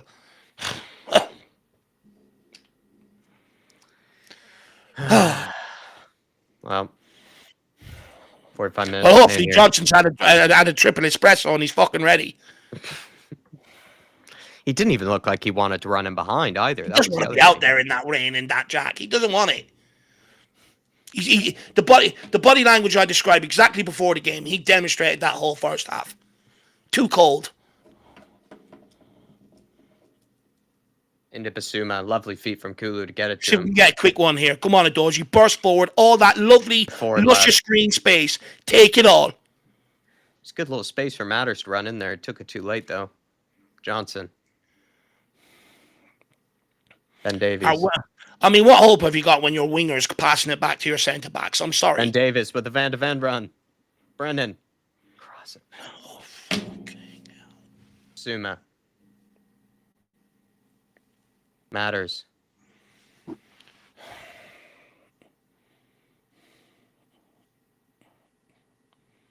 Crowder Dragshin going long again. Just seems. I can't believe what I've just seen there, though, Jack. The ball was moved from the defence into Brennan Johnson because he's paid to create. What he done is goes, well, I can't do it. I'm going to give it back to Ben fucking Davies to do it. Jesus Christ, what hope have we got when your winger doesn't want to do anything? It more started too where Destiny Udogie was taking it forward, and we had like some momentum there. We had players running forward, and we end up just stalling, and then Basuma ends up receiving it with just nowhere to go and nowhere to pass it to. Basically, it's just ends up being a decent move that could lead to something, but it leads to absolutely nothing. Just from that complacency. Just no one wants to take a risk of any kind, but no one backs themselves. Johnson here. Very heavy touch. It's just bouncing all over. Jeez.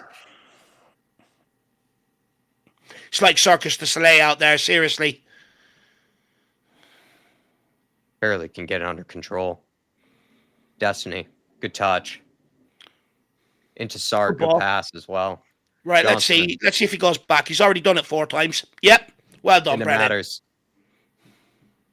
Archie. Time and space for Basuma. Oh. Please haul him off. I'm sick of looking at him. No one can even link up with him because they don't know where he's going to be. Take him fucking off. I agree with Matters. I think Matters is frustrated with him there. Of course you are. He doesn't want It's not even making put runs. himself So in a that's the position thing. where he can't receive it. Even if he's shit on the ball, he needs to at least make some runs. He's barely even moving. 3 times already he's got the ball and he's already gone backwards with it. I'm sorry, but correct me if I'm wrong. We're 1-0 down. But he's barely even running. Oh, Radu, Lord. Davies. Well done, Davies. Finds Destiny. Basuma. Into Madison. Sir!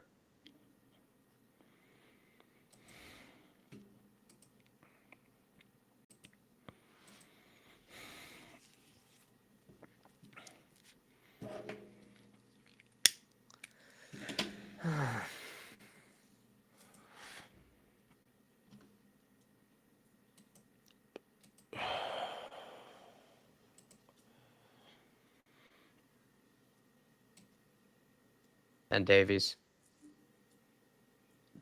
Into Solanke. Does well. Johnny Gets said the only thing that Andrews changed is the direction of the attack down the left-hand side. Fucking it's true, lad. Big up, Jabby. Get how you keeping? Long time no see. Oh, my Lord. Please. Forget about Tottenham, Jammy. Get how are you and the family, lad?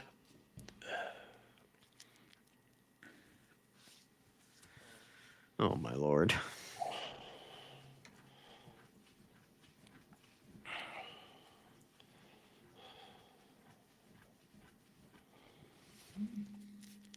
Sar. Into Kulu. Archie. Come on, lads. We just need a fast and one chance.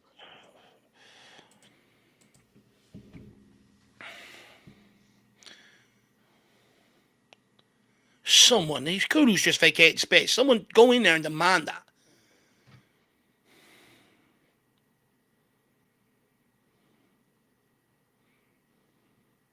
Oh, Jesus. Well Crazy done. Forster thinks he's Manuel Neuer.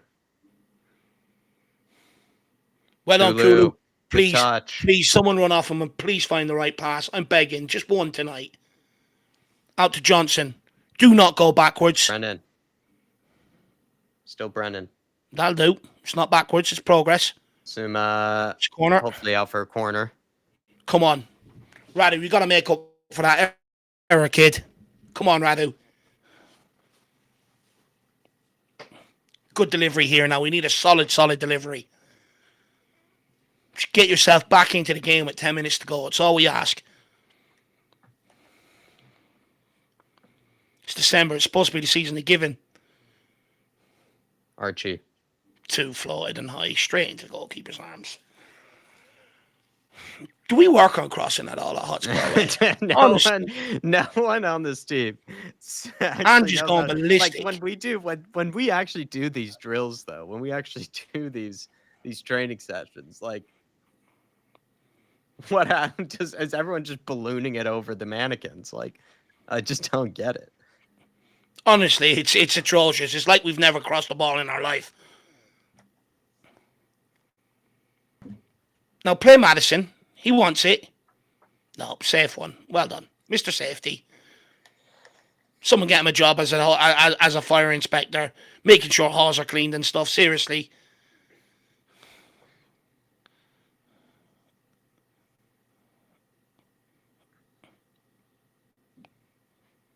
Lovely for Matters. Into Solanke. Laid off. Johnson. Good space for Johnson. Rosie. Into Destiny. Put it across. Oh. Just go into the goal.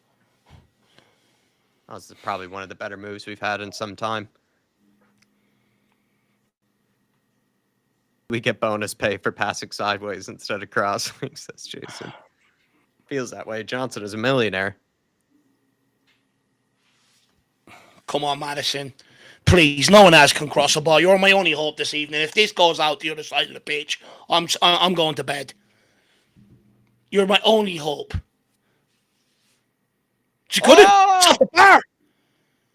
Did he try to catch the keeper out? I think so. Keep it alive. Oh, Lord.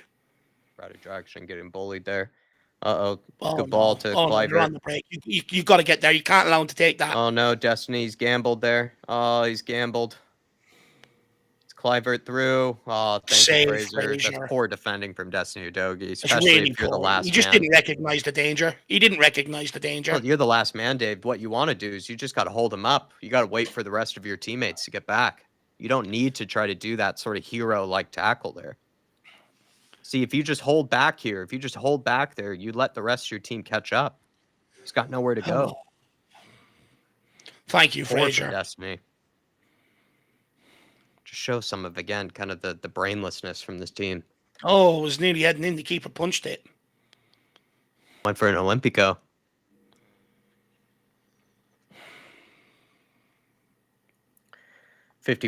or 53 minutes. No sub from Ange. Davies all the space through the middle, please. Oh, I don't blame him. He shouldn't be taking on that responsibility. No, definitely not. Just felt like there were passes. He just felt like he chose the wrong option. Sar. Deliver it, sir. No. Archie. Can he clip one in? Oh! Left foot a hit by Archie Gray straight into the hands of Kepa. It's quite embarrassing that the 18-year-old is the only one taking on the responsibility. Yeah, the best shot that we've had, and we've seen Kulu and Johnson, one-on-one with defenders, and that's the best shot that we've seen at the keeper. Oh, well done. Good tracking back, Basuma. Right, let's go again, Tottenham. Couple of chances Gray there. Goes over the top to Kulu. Not the right option.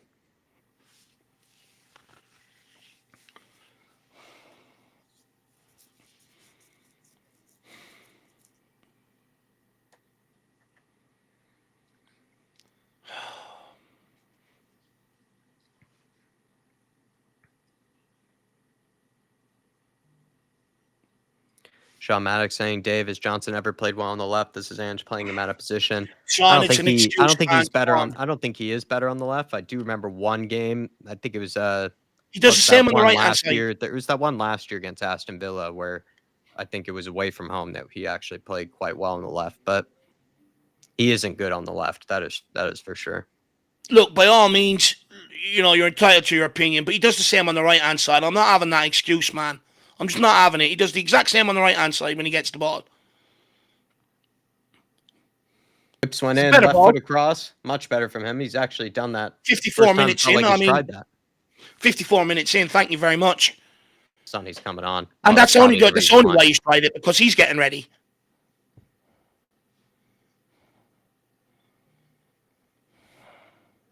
Be interested to see who comes off, Nearly every single one of them could come off. Oh, Basuma. He just tried to meg him there, and he's just gotten... he centered it as well into Tavernier. Get there, please, Radu. Oh, go on. Thank you. Well, Red. Very lazy from Basuma to try that. Yeah. Right, let's go again. The game is opening up a little bit, man. Come on, Solanke. You got space. Find Kulu now. Under hit. Too slow. Too fucking slow. Oh. It's just a shit pass by Solanke. It's under hit. Kulu has to wait for it, man. Jesus Christ. He has to stand there and wait for it.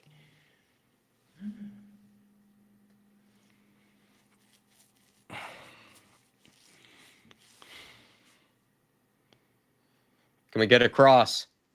It's going in! Oh! No. Ben Davies. Nearly. First good cross. Finally.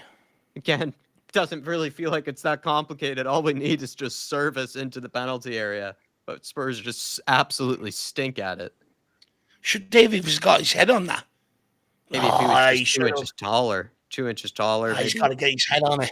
5 years younger, 2 inches taller. Come on, Sonny, please. The whole Spurs fan base is relying on you right now, lad.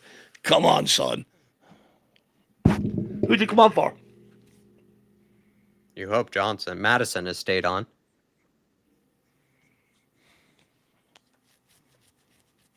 Yeah, it looks like Johnson because he's on the left now.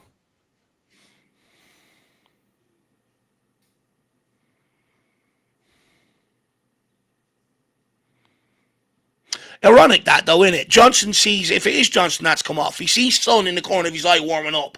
So just before that, he goes, I'll actually take my man and put on a cross to try and change the manager's mind. That's play acting. I'm not having that. I see right through what he done. Anyone could try a little when you're about to come off. Stayed on. Looks like he's taking Sarr off. Fair enough. Why has he took Sarr off? So Kulu's gone into the middle then. Yeah. Johnson back out to the right. Johnson's a lucky man. He's very lucky, man. Ref should be given a yellow there as well, by the way. At the end of the day, we need to get back into the game. I don't necessarily have a problem with that, keeping Kulu and Madison on.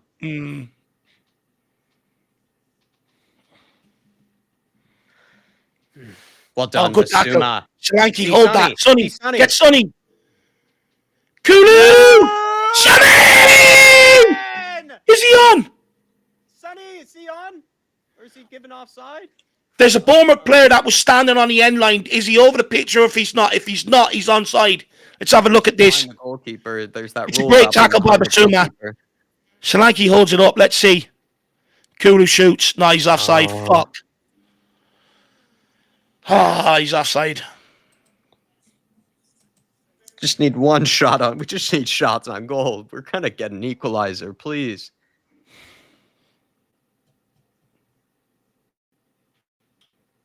I don't even know if Solanke does that well there, though. It's like the Ipswich game. It's going to be like the Ipswich game. When we're chasing the game, we got a goal disallowed, and we just don't have enough in the tank.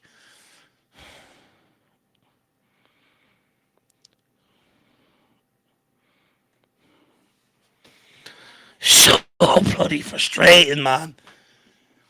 I thought we had it. Come on, Basuma.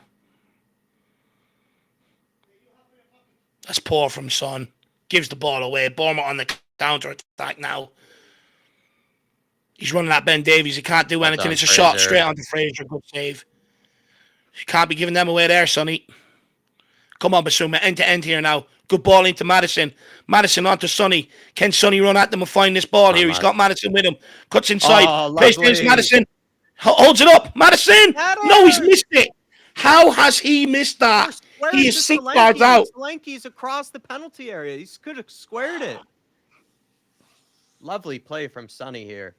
How's he not scored, man? Good play from Matters too initially, but this is where he could have squared it to players. Look, he has Solanke right there. He's rolled them. He had more time than maybe what he thought. Oh, that's got to go in, man. We're just missing our chances. We're getting chances this half. We're just not taking them now.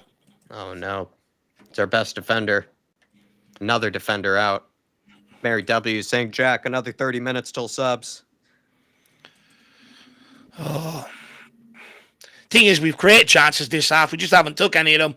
Another substitution coming here. Pedro Porro coming on.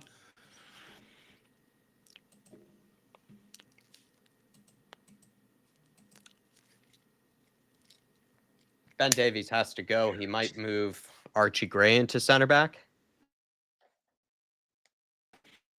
I think it's the only option. I think Ben Davies races run here. I mean, unless you move Destiny Adoji in there. Yeah.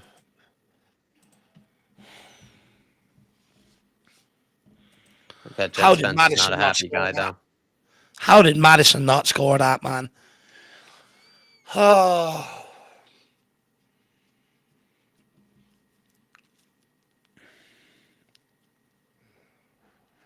Everything looks a bit panic stations over there on the sideline.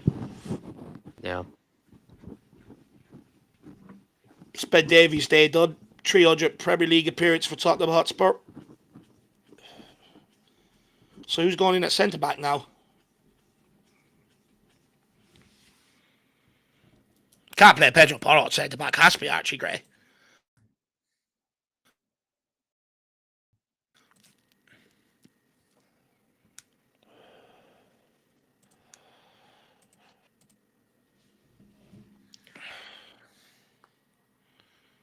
Time wasting. Gonna book him? Thank you. Oh, he's back chatting. Give him a second, Yellow.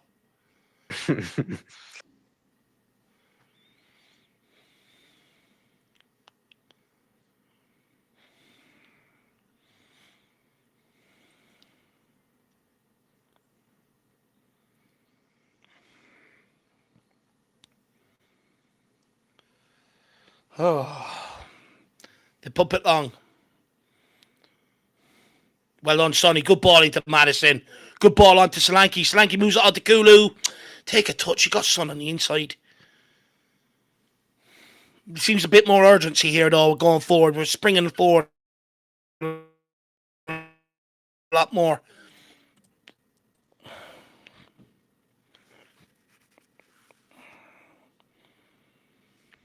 Smith with the throw in here. Don't foul him, Adoji. Well done. Good pick up by Basuma. Can Kulu dig it out? Basuma does.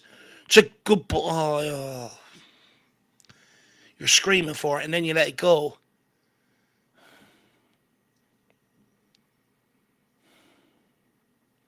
Who's this coming on for Bournemouth? Traore, I believe. Where does he play? Well, for Cliver. It's another winger.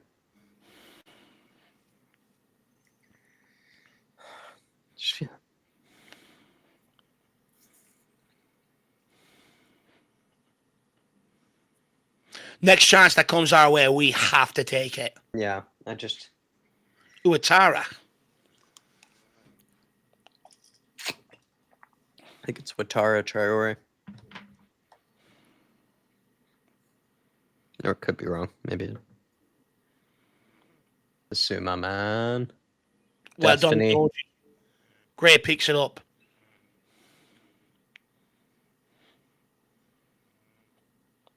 On the line to Pedro. Find the ball. To Solanke. Corner kick, is it? Well done, lads. Is Pedro onside? Yeah, he's well onside. Good ball. It's a good cross as well. Just can't get ahead of his man to get enough on it. Matters. Please, lads. Go for the near post again. You nearly scored. Oh. Oh, what a hit for Pedro. What a hit. What a save. Oh, my Lord. What a shot. What a save. How's he saved that? He's How's ballooned that it. again? How's that not just taking a little deflection past the keeper or something? Well Usually done, that just takes it. Normally that just takes a ricochet. It just goes right in. Good touch on by Johnson. Pedro Porro. Well done, Pedro.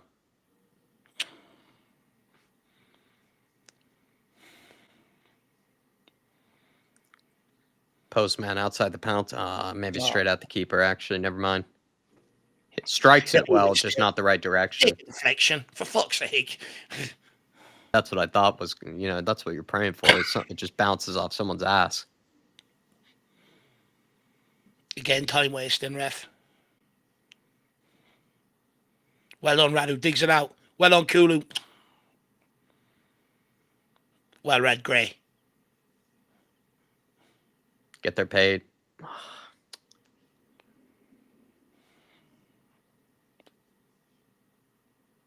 Evan Nielsen holds it up. No. Christie running out of goals off the post. Got to take our chances before we let them get there, before they get a second. Fraser Forster's not even close to that. So He's not even close, lad. Oh, no. He played in behind Archie Gray. Can Radu get there? What defending. What defending from Radu Dragosin. What bloody defending.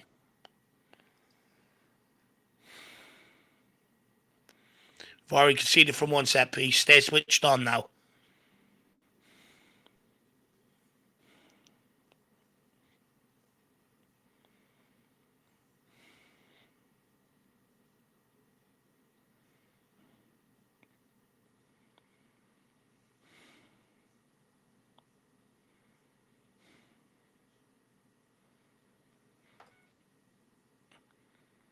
Tavernier.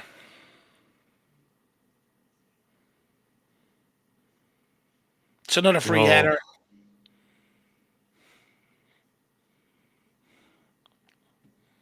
Come on, Spurs. We got lucky there again.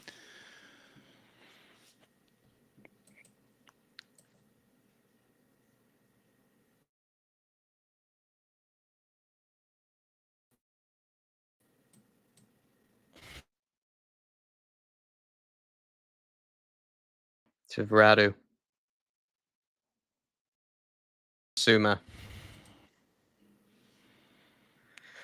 It's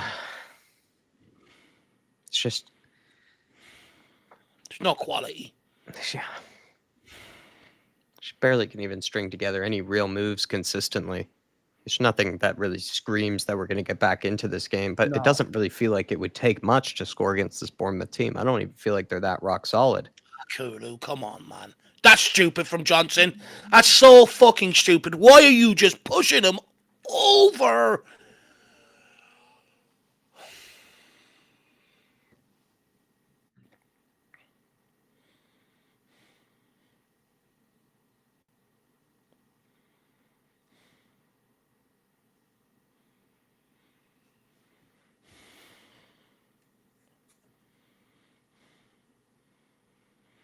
Bournemouth pump it long.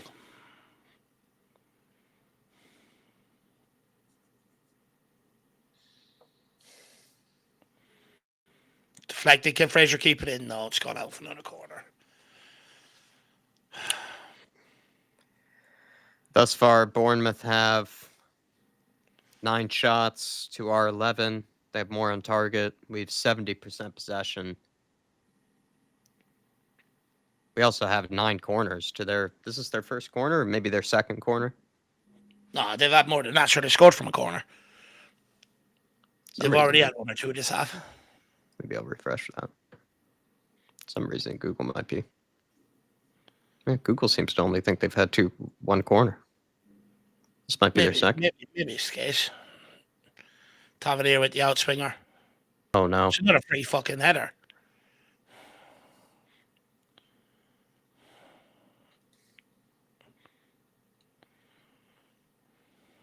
Mark says we have no playing style at the moment. This is hard to really know what the hell we've been doing for periods. Don't lose it, Basuma. Please move it on. Pedro.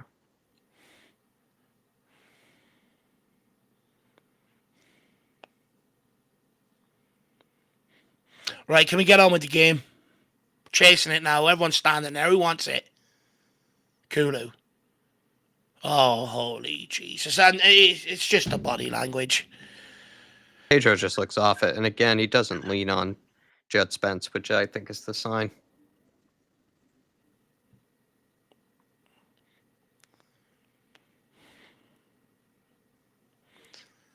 We've got to try and keep the ball in play as well. Get away from those sidelines because they're just going to take an eternity over at every set piece. And the longer the game goes on, the longer they're going to take.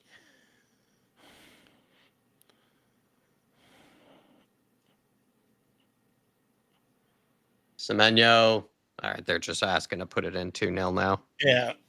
It's just, Basuma, get up.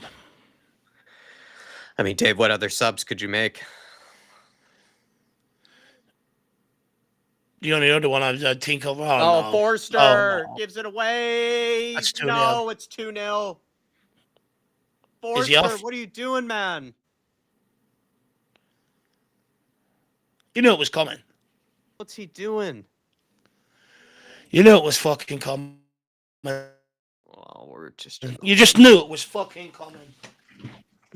We're in the hole now.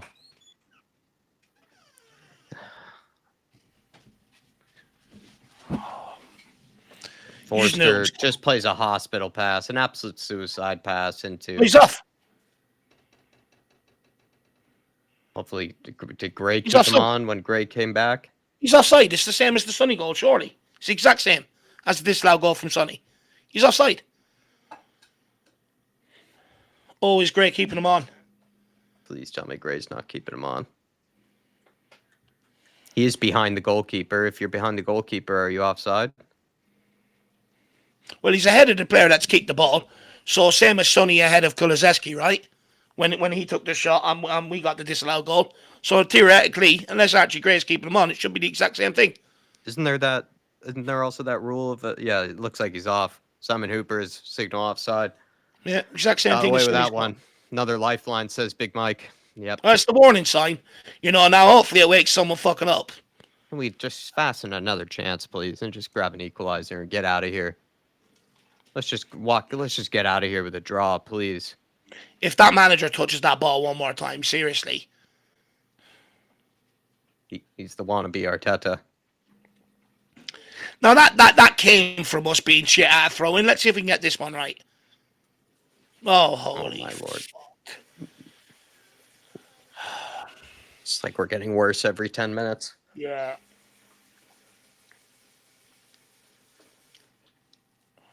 Not a whole lot's really changed in the second half, you could say. In fact, we probably were better in the first half. Sonny kind of gave an initial spark, but since then we can't even string two passes together to even get it to Sonny. That's the thing. He's getting He hasn't even progressively touched worse. the ball since then. But look at us here with the throw-in. There's nobody really walking over there demanding it. You know what I mean? See what I mean? The body language is just shit. No one demanding it, so when we throw it in, we're losing it. Fraser, pick it fucking up. Fraser, what is he doing? We are Spurs TV. With a super chat from earlier. Sorry, we are Spurs TV. Been throwing a lot of comments. Let me just see if there's anything that you said. Whether they win or lose, they get paid. He says they go home to their huge houses and then candy wives with their money, and they don't care about the performance. To be honest, they do kind of, like, at the beginning they look motivated. In the beginning they look inspired, but then, like, as this game sort of went on and eventually they conceded, heads went down, fragile mentality, you'd probably question again. It's just been a really frustrating performance. Can we please string a pass through the midfield? And at this point, they do look sort of beside themselves. They do just sort of look a bit. They're beaten. They already know they're beaten, The last 14 games where we've conceded on the road, we haven't won. They already know they're beaten. It's ingrained in them now. Can't even string two passes to get out. We can't even take a fucking throw in. Suma man on. Oh, my lord. He is so lackadaisical. It's unbelievable. Yeah, this is it. Oh, thought that was it right there. It's so lackadaisical from Basuma. He's just standing there like he's on fucking holiday. Seriously. Ed M saying, "Where are my clown shoes?"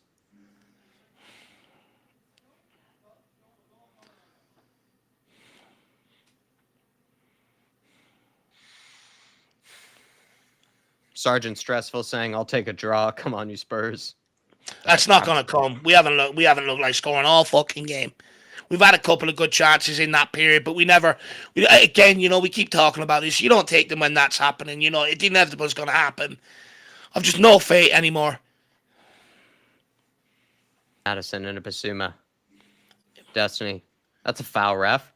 To be honest, Sergeant Stressful, I think we looked probably the best in the first 20-ish minutes until we conceded, and then since then we've just almost looked worse every 10 minutes. Since we've conceded.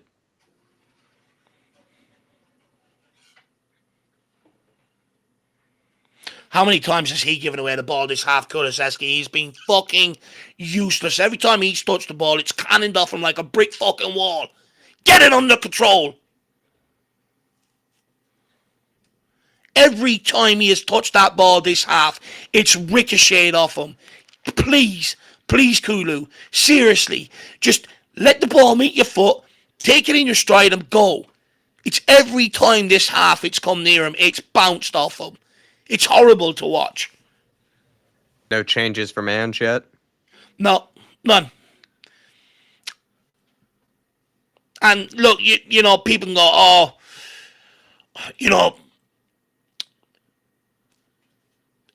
like fucking, there's youngsters there, you can't blame them and stuff like that. To a degree. But at some point, when it's this bad, at some point, you just got to roll the dice. Solanke. Oh, I can't do anything right today. Can't do anything right today. I just can't do anything right. Quite frank, I just want to go to bed and switch off everything, to be quite frank. It's just, we're here again. We're here again.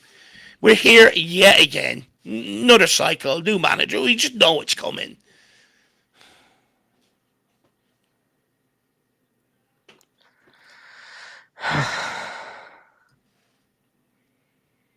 Thank you, Sergeant Stressful. Appreciate the support. Oh my lord, we're getting each other's way now, literally on just simple clearances. Just no communication there. That's just no communication. We had an easy counter there. We actually could have probably fastened an easy counter there, but we literally just got stuck in on each other.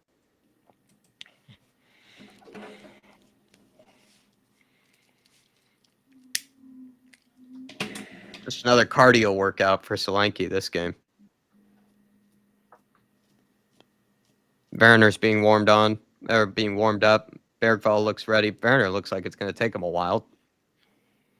Doesn't look too keen to get on, does he? Yeah, he's got like all the ski gear. Practically got ski gear on. Well done from Solanke. Sir! Jesus, he doesn't get a break.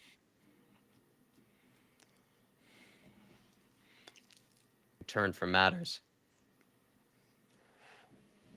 Looks like they want to slow down, take a set piece here. Again, though, is that even, I mean, I don't know, maybe reading too much into things, but normally Ange would prefer that they just keep on moving, but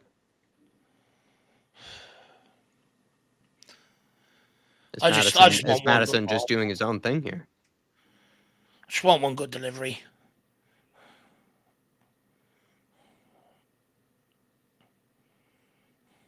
Oh my God. Johnson. That's the delivery. Asuma! They look beaten. Like, look at the body language. Like, why are we even doing that? Why are we taking shots from distance like that?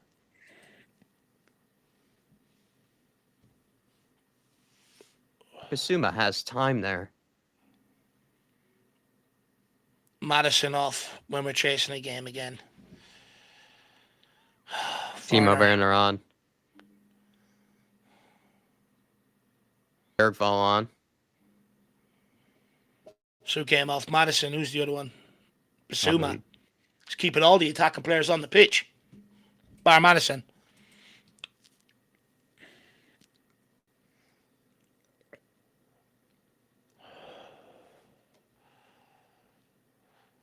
Bergvall.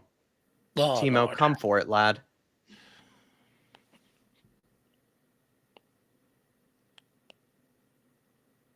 Oh, no. It should be 2-0. Should be 2-0. It should be 3-0. It should be 4-0.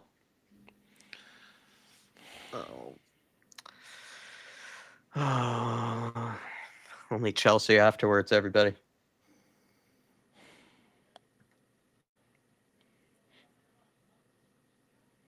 That's a sitter from Tavernier.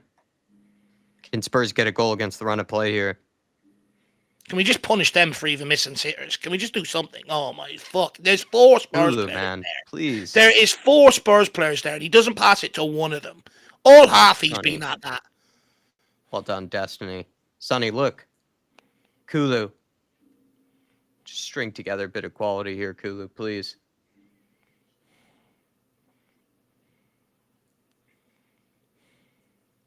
Destiny. Now wide to Timo. Taking on his fullback, hopefully. Timo. Not the right pass to Solanke.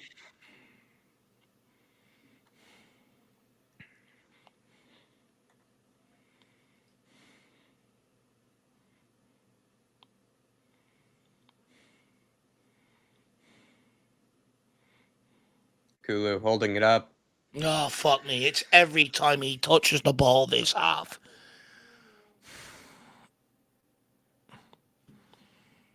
Radu. Kulu is killing us. Kulu is, like I said, Dave, I think he's a symptom of this game. I think we've gotten worse every 10 minutes, it felt like. We've just slowly just lost more and more belief and just have become the players just look like they're giving up. They just look like they're giving up. The body language is poor. There's no real urgency. No real quality. You know, Madison comes off when you're chasing a goal again. I just don't get it, man.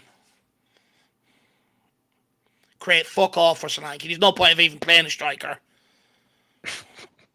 There's not. What's the point? It's cardio workout to be a striker in this team. Oh no. Here we go again. They're queuing up. They are queuing up. They're queuing up. It has to be two. It has to be two. Fuck's sake. It's just toying with our emotions, this Bournemouth team. Raiola can't even believe it, how they're not 5-0 up, basically. We're Spurs TV. Dave saying, Dave and Jack, what changes would you have made this game? And also, what tactics would you guys have used to exploit their weaknesses? Well, one of the first things I would have done straight off is tell my players to start putting the ball into the box and start, putting the back line under a lot more pressure. That would be the first thing I would have told them to do. In terms of substitutions, to be honest with you, I think it's getting to the point where, 1 second, Werner. Oh, holy shit. Why do I even stop talking? I knew he was going to do that. It's getting to the point where, I actually think the players are just losing belief in what they're being asked to do and what they're being told to do. I think they're losing belief in it now, quite frank. And to be honest, once it's starting to get to that point, and you're seeing the urgency all over Ange by keeping all these attacking players on the pitch, by the way. That's him showing urgency. He's a man that knows he's under pressure by keeping as many attacking players as he has on the pitch right now. He knows he's under pressure. But quite frank, when it gets to the point where players lose belief, it doesn't really matter what substitutions you make. None of them are going to make the impact because they don't believe. I would have held off. Ange knows he's a dead man walking. That's why he's left all these attacking players on the pitch. I would have hauled off Johnson a lot sooner. We are Spurs TV in this game. Yeah, well, that's one of creating anything. Yeah. We need, like Dave say, we need guys that can actually cross the ball, guys who can actually take on a fullback and get dangerous service into the penalty area. There's only so many times that you can try to just thread through intricate little through balls, through the middle. You have to try things differently. And when you get into those wide areas, that's what you're looking to do. And we just have no one that can really do it. You could maybe say Timo Werner and Sonny are probably the best at it. But let's be honest, they're not really consistent enough at it. And they're not actually, I think, good enough at it for what we're looking for. But I would have hauled off Johnson sooner. It wasn't working. And then I probably would have tried to move Kulusevski and Madison together centrally. Just hasn't worked in this game. They've kind of just both, played about as bad as each other. Maybe Kulusevski more so, just with how many times he's had opportunities to make something happen. Has just lost it. It's not really a ton of options for him, though, at the end of the day when it comes to, any real sort of tactical changes in this game. What I would have also done, though, is I would have brought in Jet Spence. I just feel like Pedro Porro is still has he really been rested? He's been rested for 45 minutes, after again hobbling off in the last game.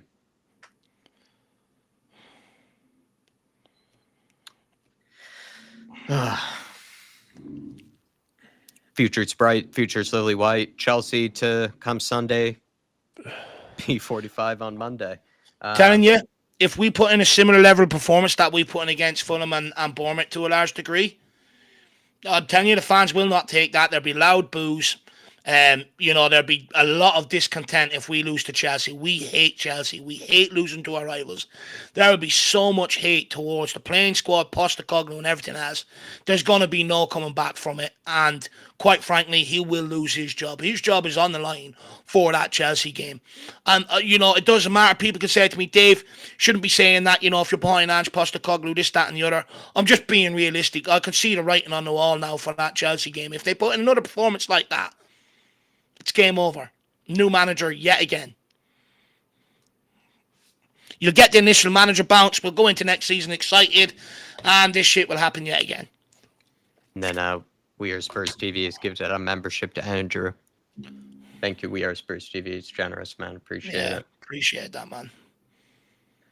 Everybody, I imagine a lot of people's heads are absolutely just lost with Spurs and lost with players and Ange, wherever you might be, but send in your fan cams tonight. That's really all I'll say when it comes to the memberships. Send in your fan camps tonight. Be happy to upload them. Imagine a lot of people are at a loss right now.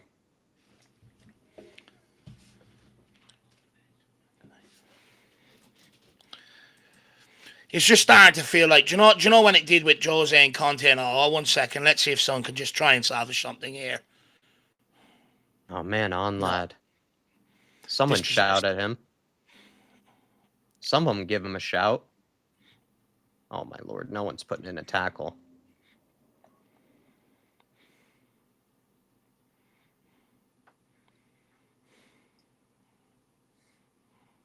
Sonny. Into Kulu. I think he's taking too many touches sometimes, Kulu, when he's just going to do that sometimes. Come on, Kulu. Just put it in on Solanke now. Good cross. Solanke sort of wins it into Sonny. Space for Sonny. So quick to close them down. They recognize the danger.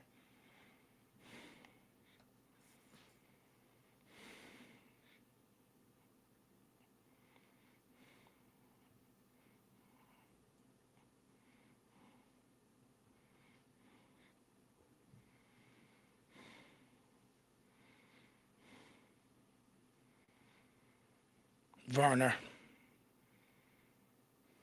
Oh, holy boy, please.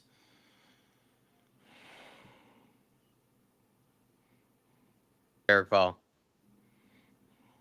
Look up, lad, please. Udogi. Someone move, please. Someone move. Everyone's just staring at the ball. They're through here as well. This could be 2-0 here. Come on, Bergvall, you got to sprint. You're only on the pitch, man. You got to be sprinting there. Why are you jogging? Not good enough there from Bergvall. He's jogging back. He's only on the pitch. He's got to be sprinting. Drum saying we officially only have one center back left. No wonder the defense looks like it's in disarray now with Gray at the back. We are officially done now, boys. Yeah. I mean, going into Chelsea as well with Radu Dragusin basically the only fit center back. Johnson, dude, he's going to go backwards. He's going to go backwards. He's going to go fucking backwards. Oh my lord, this is it. This has to be the one. Please just punish us at this stage. Why is Bergvall jogging around the pitch, man? He's only on. I know it's nitpicking. He's a young lad. It's no realistic. None of what's going on is his fault. But you can't be jogging around, man.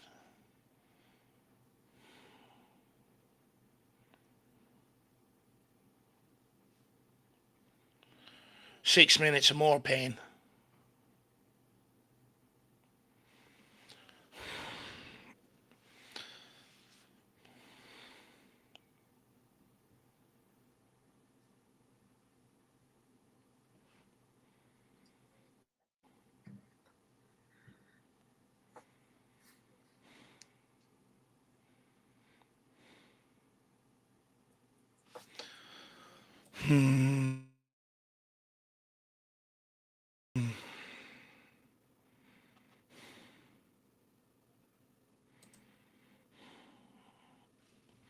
Werner, onto Sonny. He's offside, is he?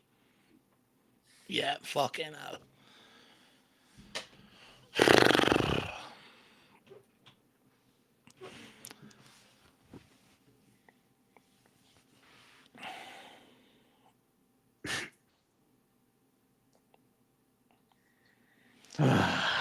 Oh, 5 more minutes to go. This is actually probably one of the more boring games. It feels like each game since Anne just said, you know, entertainment has gotten more and more boring. I have a lot to say at full time. I'm not even going to lose my head. Just going to try and say it in a precise, clear manner, and then after that, I'm just done.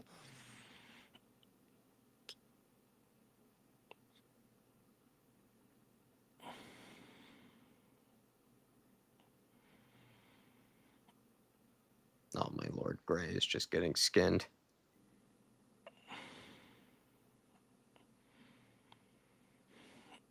This is probably it. Yeah, this is it. Oh.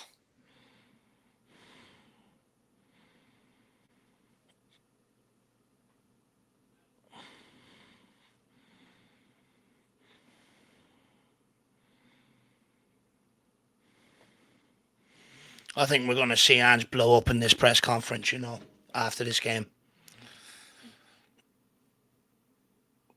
No, you can't give that. That's not a penalty. We are Spurs TV saying Ange isn't going to get fired off of this one, but if we lose another 3 or 4, he's probably going to be gone. Chelsea game. Chelsea game. I'll give it another minute or two, and then maybe I'll just start wrapping it up, start giving my thoughts, because we ain't getting an equaliser, that's for sure.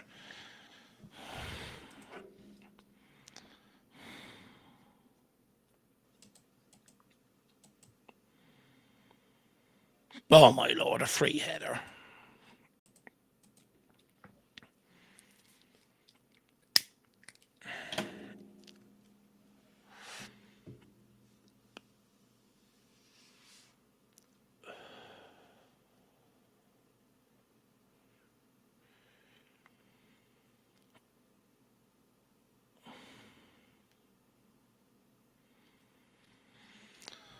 Oh.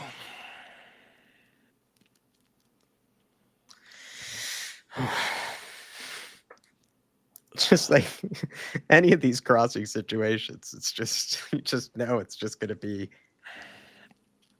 I don't even cleared get away with no. It's either going to be cleared away with no questions asked. They could clear it away with their eyes closed, or it's just going to be a hit out of play practically.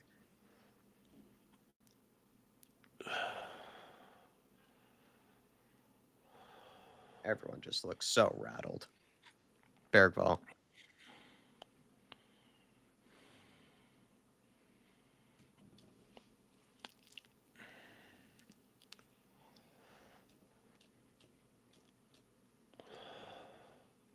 Forward kid, sir.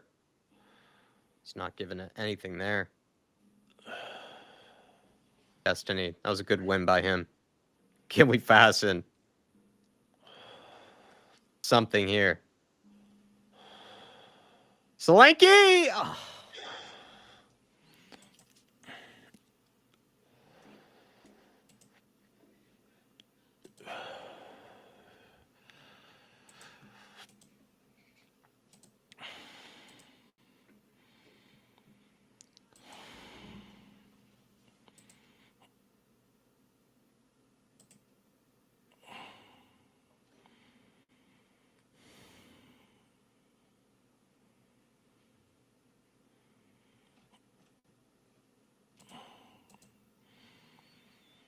Oh, we'll just start wrapping up now, will we? Yeah, I guess. I mean, well, I think, look, for me, where we're at right now, I think, regardless whether people are trying to get behind the manager, whether people hate the manager out, want him out, where we're at right now is it's starting to drain the life out of Spurs fans. It feels similar era to when, Jose near the end, Conte near the end, where they're trying to make subs and that to try and, just get something going whatsoever. And there's just no response from anybody. Sadly, I think we're coming to that point here again at Tottenham Hotspur, Jack. I think Chelsea, if we put in a similar level of performance, and by the way, we've only if Davies has come off, we've got one fully fit centre back to play that game. If we take another paste in there like we did under Pochettino, we're going to be looking for on our Christmas list is going to be a new manager, Jack. It's just quite simple, whether me and you are behind the guy and we don't believe sacking another manager is the right decision. At the end of the day, the writing's on the wall. If we do not show something against Chelsea, Daniel Levy isn't going to keep letting this go on. The fans are going to become more and more frustrated. They're already booing the team at home. If we take another pasting by Chelsea, he is gone. Ange Postecoglou is a dead man walking this evening. You could see by the urgency near the end, trying to keep as many attacking players on as he can, hauling off players, just bringing on anybody just to try and get something. It's nowhere near good enough. Going forward, we just don't create anything. It's become lethargic. It's become boring to watch. We're not really creating a great deal whatsoever. Dom Solanke, what chances that guy got? He's only gone out there for a fitness exercise. We create absolutely nothing for the guy. And it really doesn't matter whether you're Ange in, Ange out.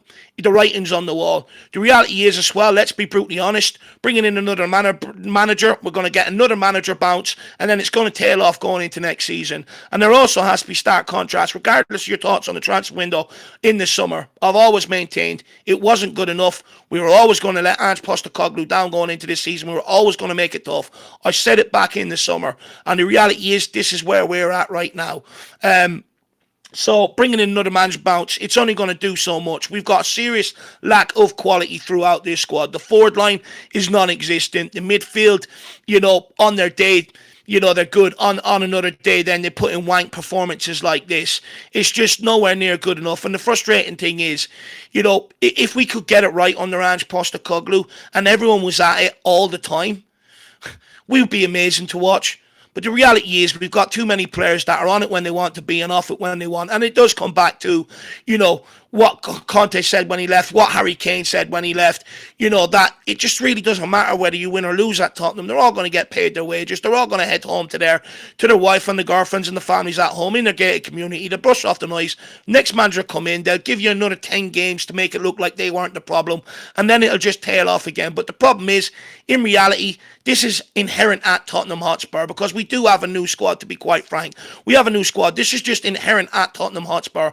A manager needs to try and change the culture at the club, but the club also needs to allow a manager to try and change the culture at this football club. That winning matters. Winning is absolutely everything. For whatever reason, people can have the criticisms of Postecoglou, fine, but you also have to take acknowledgement in, regardless of what people like to say was spent on the squad in the summer. Only one player that we invested into that first team, Dong Solanke. Outside of that, they didn't do their best to, really facilitate and help Ange Postecoglou kick it forward, which makes me think they're going to be even quicker to try and pull the thing on Ange Postecoglou. But make no mistake about it, once Postecoglou is gone and the dust is settled, then a lot of the stuff that we've been saying in terms of the squad not being good enough, the owners not doing a good enough job in the summer to push the project on, players have to take accountability. All them conversations then will start coming in. But we are in dire times at Tottenham Hotspur right now. I presume now after that, Fulham were 13, 2 points behind us. They go above us now. So I presume we're in the bottom half of the table. You take a tanking against Chelsea, you're going to fall further down. You're just above the relegation zone. So that Chelsea game is so important. And the reality is, the thing is, everybody going into that, the fans, the manager, and the players know everything is on that game, and it will really tell us if that squad really do care and want to play for that manager or they don't. But by the looks of it, it just is coming very similar, eerie, to where we had Conte, where we had Jose Mourinho, where it just feels like everyone's getting fed up with it, regardless of whether you're behind a manager or not. It's just becoming draining. It's becoming tiresome. And when that feeling comes, I've been around more than enough the last 3-4 years to know exactly what happens. So unfortunately, I think writing is on the wall. The press conference tonight after this game will be very interesting. Andrew's going to have a lot of questions that he will not like. His responses are going to be very, very, important, because every Spurs fan is going to be looking at, every media outlet's going to be looking out at it. If he says anything out of tone, it could accelerate it quicker as well. I wonder, could we get a Conte style press conference where he goes, you know what? It's not me, it's the fucking football club, because we are at similar times. Everyone makes the guy look clueless. He doesn't know tactics, he doesn't know how to make substitutions. But reality, let's be brutally honest, let's call a spade a spade. Everyone said the same under Conte, said the same under Jose Mourinho, said the same under Nuno to a large degree. So when you look at that and you've got 4 managers as proof, it's not them. The reality is we bring winners to this football club. We brought Jose Mourinho, won everything in the game. Regardless of your thoughts, respect the CV. Same with Conte, same with Postecoglou. But for whatever reason, they haven't been able to implement at Tottenham Hotspur what works everywhere else. But at Tottenham Hotspur is the anomaly on their CV. We are the problem. Regardless whether you want Ange in or Ange out, there has to be acknowledgement. We are the problem. There has to be taken stock of where we are as a football club now. We're not that team top 4 under Pochettino, giving ourselves a chance to win trophies. We are a far cry from that and a far shadow off that right now. And at some point, we have to take stock. And this isn't in defence of Ange Postecoglou, because the reality, I think the writing's on the wall. But at some point, at Tottenham Hotspur, there has to be a change of conversation. We are developing a culture where everybody's at everyone's throats and wants everybody out. That's no solution to anything. All that is doing is adding to the problem. At some point, there has to be a change in conversation, right? This is the guy we've hired. This is his system, the way he plays, the way he believes in. Going back that to the fullest, going back it as much as you can and give him absolutely everything he needs. Because we're getting caught up into this, we need managers to tweak, etc. We're not bringing in them sort of guys. We're bringing in guys with stead philosophies, stead ways of playing, and we don't back that. And then all of a sudden, as a fan base, we're left frustrated because they won't tweak. But they won't tweak because they were promised, oh yeah, when you come in, we'll give you what you need to help. And then all of a sudden, they're fighting these internal battles. They're fighting battles with the fan base, fighting battles with the squad, and it's just becoming an untenable, impossible position at Tottenham Hotspur. So the next guy we get in, people have to give the guy patience. We've seen with Jose Conte and Postecoglou now, Jack, that they've all had under 2 years. It's not long enough in the job at Tottenham Hotspur to change the culture. We are trying to now pip. We're in top 6, top 7, top 8 team in the Premier League. We're now trying to bridge that gap from there to there. We're not the club that Daniel Levy took over, where he's bridging the gap from, middle of the Premier League, lower half of the Premier League to Europe. Now we're trying to bridge the gap to go and win stuff. And that's where we do have to show a little bit more patience now. Because when you look at other clubs, it's stability in the dugout that wins. But at Tottenham Hotspur, because of the culture where everyone wants everybody out, there's no talk about winning. There's no clear plan to try and drive us forward. And at the end of the day, it all comes back to the ownership. He's got a big decision to make now. They have to come out. They have to either say, look, we're in the middle of an injury crisis. We're going to get Ange Postecoglou to the January transfer window. We're going to invest and look to pick this situation up. If they don't, then again, the writing's on the wall. But next manager they bring in, they have to try and make sure they allow him to try and change the culture at Tottenham Hotspur, because this isn't just an Ange Postecoglou problem, despite what people's thoughts are of him tonight.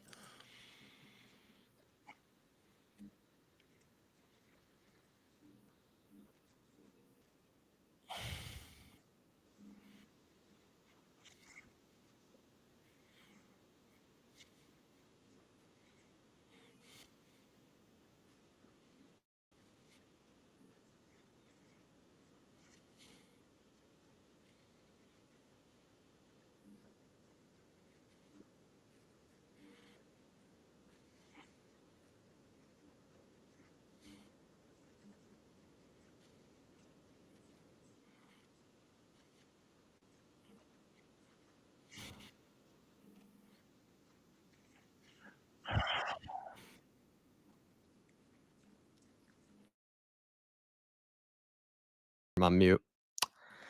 Sorry about that. I'm on mute. Dave, I was just saying credit to you for having words to say on that. Apologies, everybody. I was on mute, but I was saying credit to you for having words on that in general, because I'm at a loss for it, because these players have looking like they've pretty much just lost all energy and lost all desire and lost all commitment to this team and to each other and to Ange, really, by the looks of things. Look like they had no real, desire, no real kind of sense of, kind of commitment that they actually did want to fight back. They were only one goal down as well, and they looked pretty hopeless. They looked pretty lifeless throughout that. We also saw some of our best players like Kulusevski, some of our best players, looking pretty much, kind of like beside themselves at the end. Kulusevski couldn't even get it under control. You look as well as, someone like, Madison, maybe started off strong, but that ended up, being really poor kind of towards the end there. Sonny as well started off brightly, didn't really have any kind of commitment towards the end. And I don't know, this team just looks really beside themselves. And I'm starting to be at a loss for words, because I've very much tried to stick behind Ange as long as I can, and still to a degree am now. And just feels like the players are starting to show that sort of signs of, again, sort of the times with Conte, the times with Mourinho, of basically just giving up on the team and giving up on each other, and perhaps even giving up on the manager as well. And this team, as I was saying until I discovered that I was muted, was people are still saying they can't hear me. I'm pretty sure people can hear me now at this I point. can hear you, lad. Well, I was trying to mute myself on uh on through OBS, but I'm pretty sure people can hear me now, at least at this point. At least I would assume they can. Yeah, it's working. Yeah, it's working. Yeah, that's from what I can tell. Um, what I was saying, Dave, was that I just feel like this team is becoming like a headache to watch. We can't even cross a ball, can barely even have wingers that take on their man. We're watching a team that, the chances that they do get, they barely know how to take them. We're not a clinical team whatsoever, still conceding from set pieces, when it really doesn't help us, especially when we're under a good passage of play, kind of towards the end of games when you maybe think a team would have kind of some sense of momentum, maybe a way to start stringing together some sort of moves or passes. They end up, not being able to complete more than two or three passes. And we were saying that looked like the team just couldn't even complete more than two or three passes in a row at one point. And that's kind of the more frustrating thing as well. It's just I feel like this team has become kind of just a headache to watch, really. Just from not being able to cross a ball to not being able to finish to not being able to complete even just simple moves and simple passes. It's just a frustrating team. And that's kind of also where I have my sympathy with Ange. But at the end of the day, these results are just becoming more and more numbing and more kind of just almost impossible to take, really. The thing is, we put Ange Postecoglou in an impossible position in the summer, and I know a lot of people in the summer were like, "Dave, you're negative. Get behind the project. This, that, and the other." The reality is, people can sit there and say Ange Postecoglou took credit for the transfer window. Of course he did, because he's the only one trying to take credit. The only other option was to do what Conte done: stake your foot, put your stake in the ground, and say Spence wasn't my sign. I ain't playing him. It was only going to lead one way if Postecoglou does that. So he tried. He tried to take responsibility for it. But Johan Lang went hiding. Daniel Levy went hiding behind it. Everybody else went hiding. No one came out to explain it. Look, the reality is, he didn't turn around to the board and say, I'm talking about for the last 12 months, the last 14 months I'm here in the press. Stop talking to me about top four. It's a loser mentality. Start talking to me about winning things. That's the pressure that should be on this football club. He did not spend the whole year doing that. To then turn around in the summer transfer window and say, "Bring me in a load of kids, and I'm going to deliver you trophies." It didn't happen. Johan Lang has to take as much responsibility for what's going on now. Right now, he had a piss poor summer transfer window. He went out and signed a load of kids when we already had a great group crop already coming through. And didn't really back the project to give him a lot more strength in depth. Coming into this window, we knew we needed at least maybe another centre back and another left back for sure. If Postecoglou didn't believe in Jed Spence, then you needed another right back. You also needed another maybe experienced player in the midfield, plus experienced players out wide. I said after the summer, I worry about us because, we just don't have the quality out wide or the quality across the forward line. And reality is we're paying the price for that over this run here right now. Yes, to a point we were top scorers in the Premier League, but that's because we put numbers up against some of the bigger teams in the league. But against the smaller teams, we put no numbers up against them whatsoever when we've come up against the low block. Is that Ange Postecoglou's fault? Look, we can all sit here and scream and say that, he's got to try things. The reality is, if he doesn't have any winger at his disposal that knows how to cross a ball, how can he switch it up to a large degree? Well, he can't. The reality is we created this situation in the summer with the poor transfer window. We gave him Dom Solanke, one player to affect the first 11 going forward. That's it. One player. We created this issue as a football club. So people can sit there and have the gripes with Postecoglou all they want. I'm telling you now, he'll leave Tottenham, he'll go on somewhere else and he'll win. And he'll get all the plaudits he deserves. Just like Jose Mourinho done when he left Tottenham Hotspur, went on to win Europa Conference League that we got kicked out of. Just like Conte will, he's doing well with Napoli. He'll go on and win something else. And Tottenham will be the anomaly on his CV. It's just nowhere near good enough. We can make the manager out to be the problem, but it's not. The problem was created in the summer. You can bring in a new guy now. He's going to still struggle with this until the January transfer window. And even then, if Spurs don't do the business, it's going to be a long, hard season. The injury crisis isn't on Ange Postecoglou either. We can sit here and moan about the intense, high-intensity brand of football, etc. The reality is, other teams can play it. We can't, And the injury crisis, again, if we've done more in the summer to be able to build on the squad properly with players that are ready to come in for the here and now to try and affect games, like everybody was screaming for, we would be able to be in a better situation to be able to handle the injury crisis that we're in right now. And the reality is, it's a club problem. It's inherent.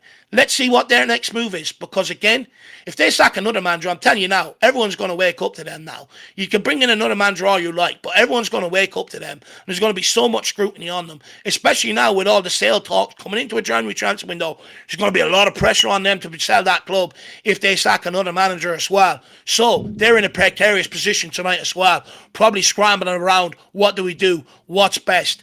Let's wait and see what happens. Yeah, like I said earlier, before everyone realized I was muted, I'm at a loss for words, and just, I guess, see what happens on Sunday with Chelsea, to be honest. We'll just see what happens then.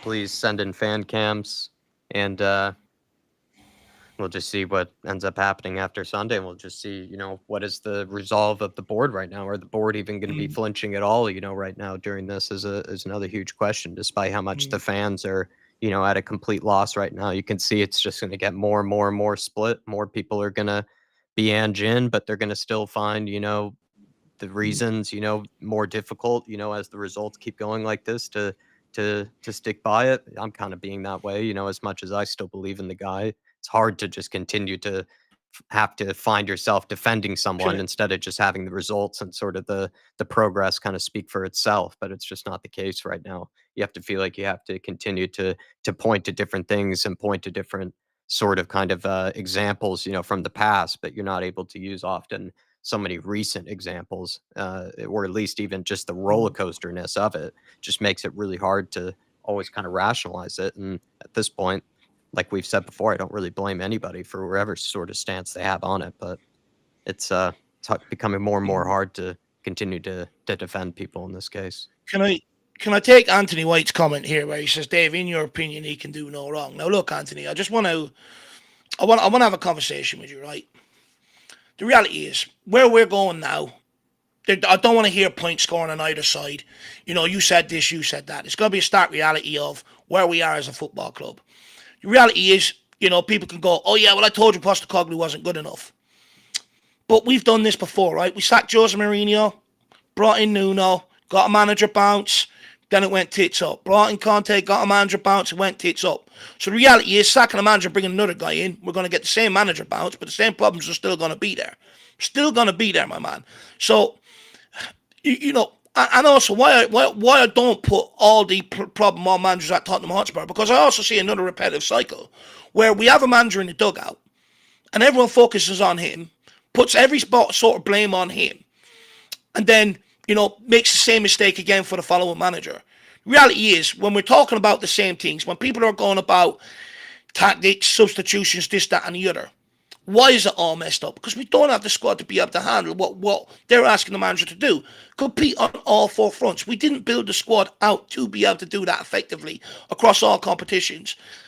And, I'm sorry, but no one's going to sit here and tell me Ange Postecoglou's a loser. He's won everywhere he's been. He came in here. He told the press, enough of that loser mentality. Don't talk to me about top four. I want to win trophies. He's a winner, just like we had with Conte, just like we had with Jose Mourinho. Everybody made them the problem, but the reality is we're still in the same cycle. So it can't be the manager at Tottenham Hotspur. We're talking about common denominators here. The definition of insanity is to keep doing the same thing, expecting different results. At some point, we've got to start the next manager, whoever it is, get off his back, give him time to breathe. Everybody just give him 2 years without any sort of pressure, because he's got so much to handle at this football club. He's fighting a press that are waiting to sack him as soon as he walks into a job. He's fighting a fan base that are looking to blame someone as soon as something goes wrong. He's fighting a squad that are willing to throw him under the bus, any opportunity they get to say, I'm not the problem, you are. And you've also got an owner that's willing to do the exact same thing. You can't keep doing that to managers at Tottenham Hotspur. We're going to get ourselves into a pickle, where you're going to get less quality managers coming in here because everyone's not going to touch Tottenham with a barge pole. Or the only managers you will get is managers that are looking for a big payout at Tottenham Hotspur. May have a reputation, their days are numbered, and they go, do you know what? That'd be a nice retirement bonus. You know what I mean? That's what we're going to get ourselves into, and we're going to very quickly get ourselves into a big muddle that Man United have had down the years. So at some point, you got to let a manager cook. Can't keep making the manager the problem. I take people have their criticisms. Is Ange perfect? No, he's not perfect. He'll make mistakes. He's a human being at the end of the day. But we can't keep saying the manager's the problem at Tottenham Hotspur. That's my whole point. Ribsy85 saying, respectfully, we all know what happens against Chelsea. Matthew Ball saying, Ange out, Levy out. We are Spurs TV saying, I need a Brooklyn donut and a spliff. Artist T saying, I can't send in super chats for some reason. Can you highlight my message? Feel free to ask us or say anything, Artist T. But at this point, I think Dave is, of course, I think expertly put a lot of things, out there just on how he feels. But I think we're pretty much just starting to just lose all that sort of soul and spirit at this point, just seeing the team lose like this. And I think we're at a loss for words after this one, and it's getting late.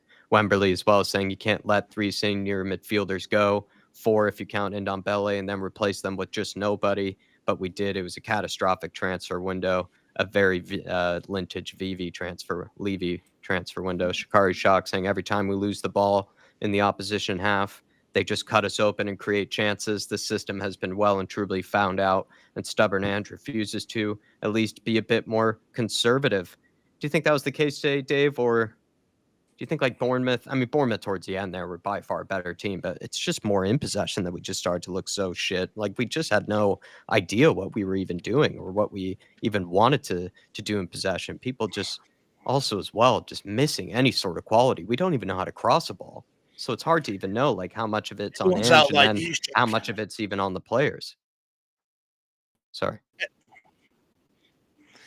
Look, everyone's out of ideas, right? The players are out of ideas on the football pitch. The manager's out of ideas, which everyone's out of ideas. That's the problem. No one has the solution anymore to the answer. The solution is the January transfer window. Now, the big question is, are we going to get there with Ange Postecoglou or are they going to bring in another guy? Well, look, I think the writing's on the wall with Chelsea. They're on fire right now. If we take a heavy tank in there, the writing's on the wall. Regardless of what my opinions are on Ange Postecoglou as a manager, whether I like him or not, the writing is on the wall if we suffer a heavy defeat against Chelsea. And we're in the midst right now where we're also down to one centre-back. If Romero trains tomorrow, then you might have him back for Chelsea. But how fully fit is he going to be?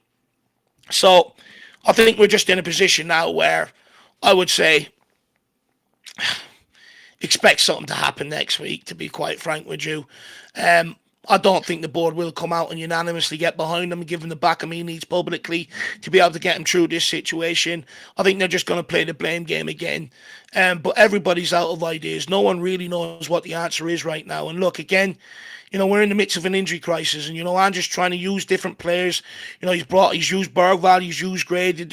People say he hasn't used young players this year. He has. He's used Mikey Moore, Gray, Bergvall, Lancashire, people like that. So he's used more young players than what other managers have at Tottenham Hotspur. But nothing's working, Jack. Nothing's working, and the board are not going to keep letting it happen like that. And at the end of the day, it's cheaper for them to sack another manager, bring another guy in, than actually fix the problems in the transfer window and have the balls to stick by a guy. Yeah. Jacob Anderson saying, I think the problem is that Levy is selling the fans the idea that he wants to be a title contender but at the end of the day, the club is run like a contender should be. Squad is too young, in my opinion. I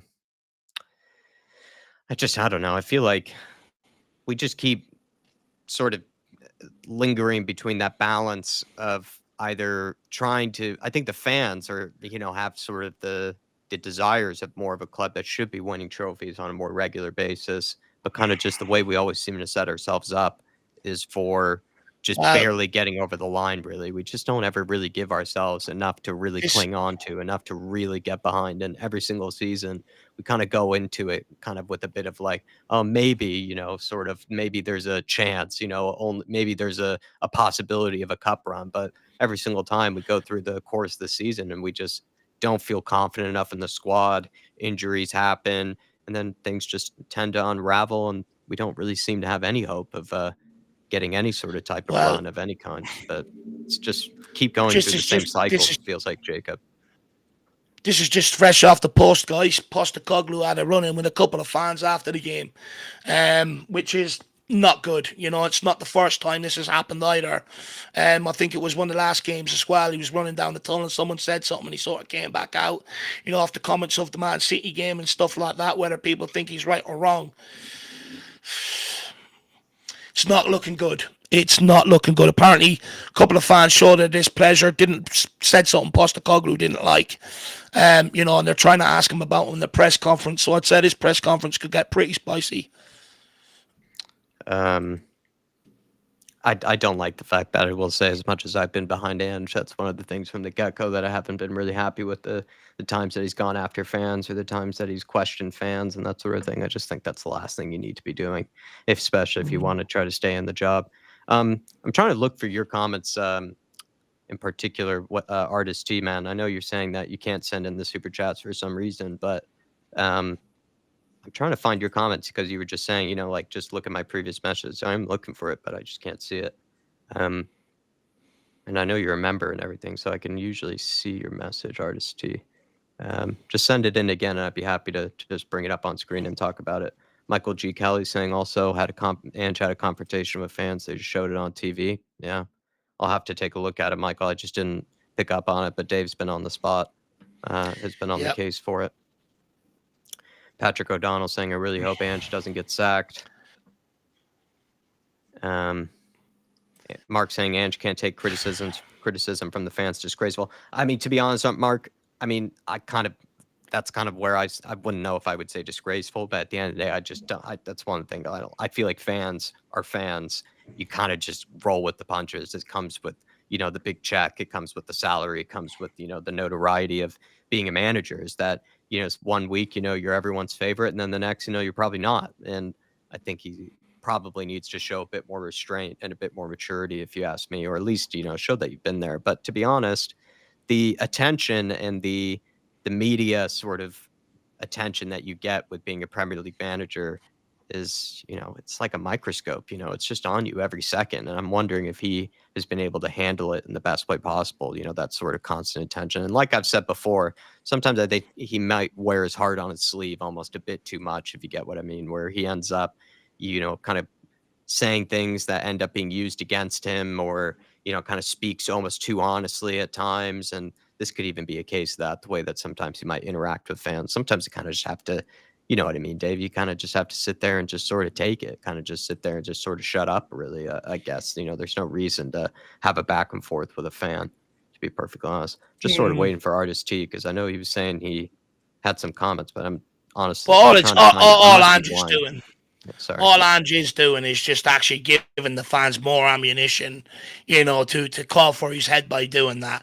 Look, if I'm Ange Postecoglou, being brutally honest, I'm standing up for myself. I'm quite frank. I'm doing what he's doing. I'm standing up for myself, especially when there's other factors that maybe fans don't know about or not considering, etc., etc. I'm standing up for myself. However, all you're doing is giving them more ammunition, though. It's the problem. Michael G. Kelly saying, I hope Ange doesn't get sacked, but with Chelsea, Liverpool, United, and Rangers coming up, the writing is on the wall. I mean, if he's still in a job by the Man United game, I think that one is very much probably the one, because that's where Spurs fans are going to have very little tolerance, is being Yeah. knocked out of the cup, whether it's Man United or not, really. And to be honest, true, the Rangers game as well, considering we have now just dropped more and more points in the Europa League. We need to secure ourselves in that competition. So other huge games afterwards. It is true. Other huge games afterwards. Um, and then Dermatron with the super chat. After tonight, Ange is in the mud tonight. What a mess, and players need to look at themselves. I am angry and pissed off if we lose on Sunday. I think people are already kind of angry and pissed off, Dermot. I think I'm at a loss for words. I'm kind of at a dispirited sort of position now, seeing a performance like that and just sort of even seeing Ange afterwards. I don't even know if you need to wait to be pissed off, Dermot. I think it's almost you're entitled to be pissed off now at this point, man. Look, everybody is. Absolutely everybody is.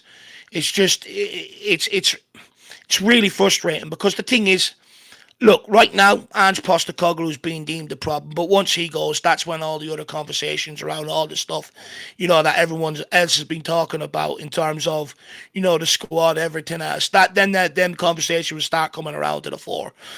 The reality is, despite my opinions on Ange Postecoglou, I don't think he's a bad manager, but the writing's on the wall. Writing's on the wall. Them fans will go ballistic if we get goaled up by Chelsea at the weekend. Once that happens, the trigger's going to be pulled because it's simply cheaper to sack a manager than fix your mistakes. Yeah. And you think Levy's going to own up to it either? He's going to own up to come out and go, do you know what, I had a bad transfer window, I need to make it right for Ange Postecoglou? No, he ain't. People got to remember, this guy had Jose Mourinho, who he adored, he idolised.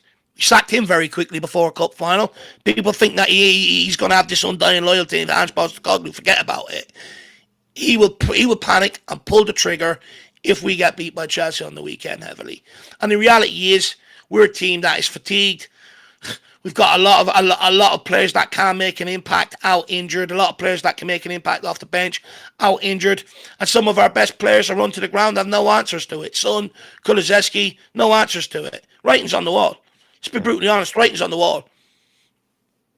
Shikari Shock saying there was no fight from any of our players. It was disgusting. Bournemouth were relentless. They were the first to every ball. Ferocious tackling and brilliant going forward. Ange is a massive part of the problem, says Future's bright, Future's lily white. I think we're all just pissed off, Dermatron and everybody, but I'm just, I don't know. I'm at a loss for words. I'm just, as much as I've tried to defend Ange, I'm also reaching that point where you get kind of sick and tired of having to put up even the energy and the fight to do that, because results are results, and results just take a lot out of you, especially these type of ones. They just continue to take a bit of peace out of you and take that sort of that belief really at the end of the day. Look, everyone's just drained, and we've been here before. Yeah. Once the drain comes, it feeds out onto the football pitch. Manager gets drained because he's sick of fighting to lose a battle. He's asking for the fans for patience, stuff like that. Fans won't give it to him. He's asking the players, okay, if fans ain't giving us patience, you got to step up. They ain't doing it, so he becomes frustrated. Players come frustrated because they're looking at the manager going, the fans are booing us. Tactics ain't working, this, that, and the other. So then they start, it's just inherent at Tottenham Hotspur. I'm just sick of it. The writing's on the wall. It's going to be a new manager either this side of Christmas or the other side of Christmas. I don't think Ange's out, at the end of the season, which I think is disgusting, to be quite frank. I think at times you've got to give a manager, a chance to really fix the problems at Tottenham Hotspur. For the next few days, everyone's going to, scapegoat Ange. Once Ange gets sacked, he's not there to scapegoat. Everybody would then start talking about the players and the squad. People right now go, all you do is blame them and defend the managers, because everyone's going to resort to it once the real scapegoat's out of the way. And then Daniel Levy, of course, as well. But, of course, and rightfully so. But I don't know. I think it's getting late, Dave. And, anyway, look, I think we're going it's to getting bed late with a my headache time. tonight. I think we're going to bed with a headache tonight. Basically, I think most Spurs fans It's are. getting late my time. It's a bloody piss take. What I would say to people is, honestly, enjoy the next few days. The writing's on the wall. Do nothing up until the Chelsea game, and then just see what happens from there on out. Thought it was supposed to be the season of giving, the jolly fucking season, but here we are yet again. As Spurs fans, browbeating, Christmas is ruined. Football is turgid. Here we are again, guys. Life of a Tottenham fan. Yeah, exactly. We'll see you all for Sunday. Get ready for it. Bring the puke bucket with you. But we'll see you all tomorrow, everybody. Send in your fan cams, please. Happy to upload those for you guys. And we'll see you all tomorrow, everybody, for whatever else content we can provide you guys over the weekend. If you want some therapy, join us for those big upstreams. We're going to be doing them on Saturday. Might be doing at least one game. Dave's doing Everton, Liverpool. Might do Nottingham Forest, I think United as well. So join us for that if you want some therapy to not talk about Spurs, or talk about Spurs if you want to, or just, talk about life in general, whatever might be going on. If you want some therapy. But we'll see you tomorrow, everybody. Yeah.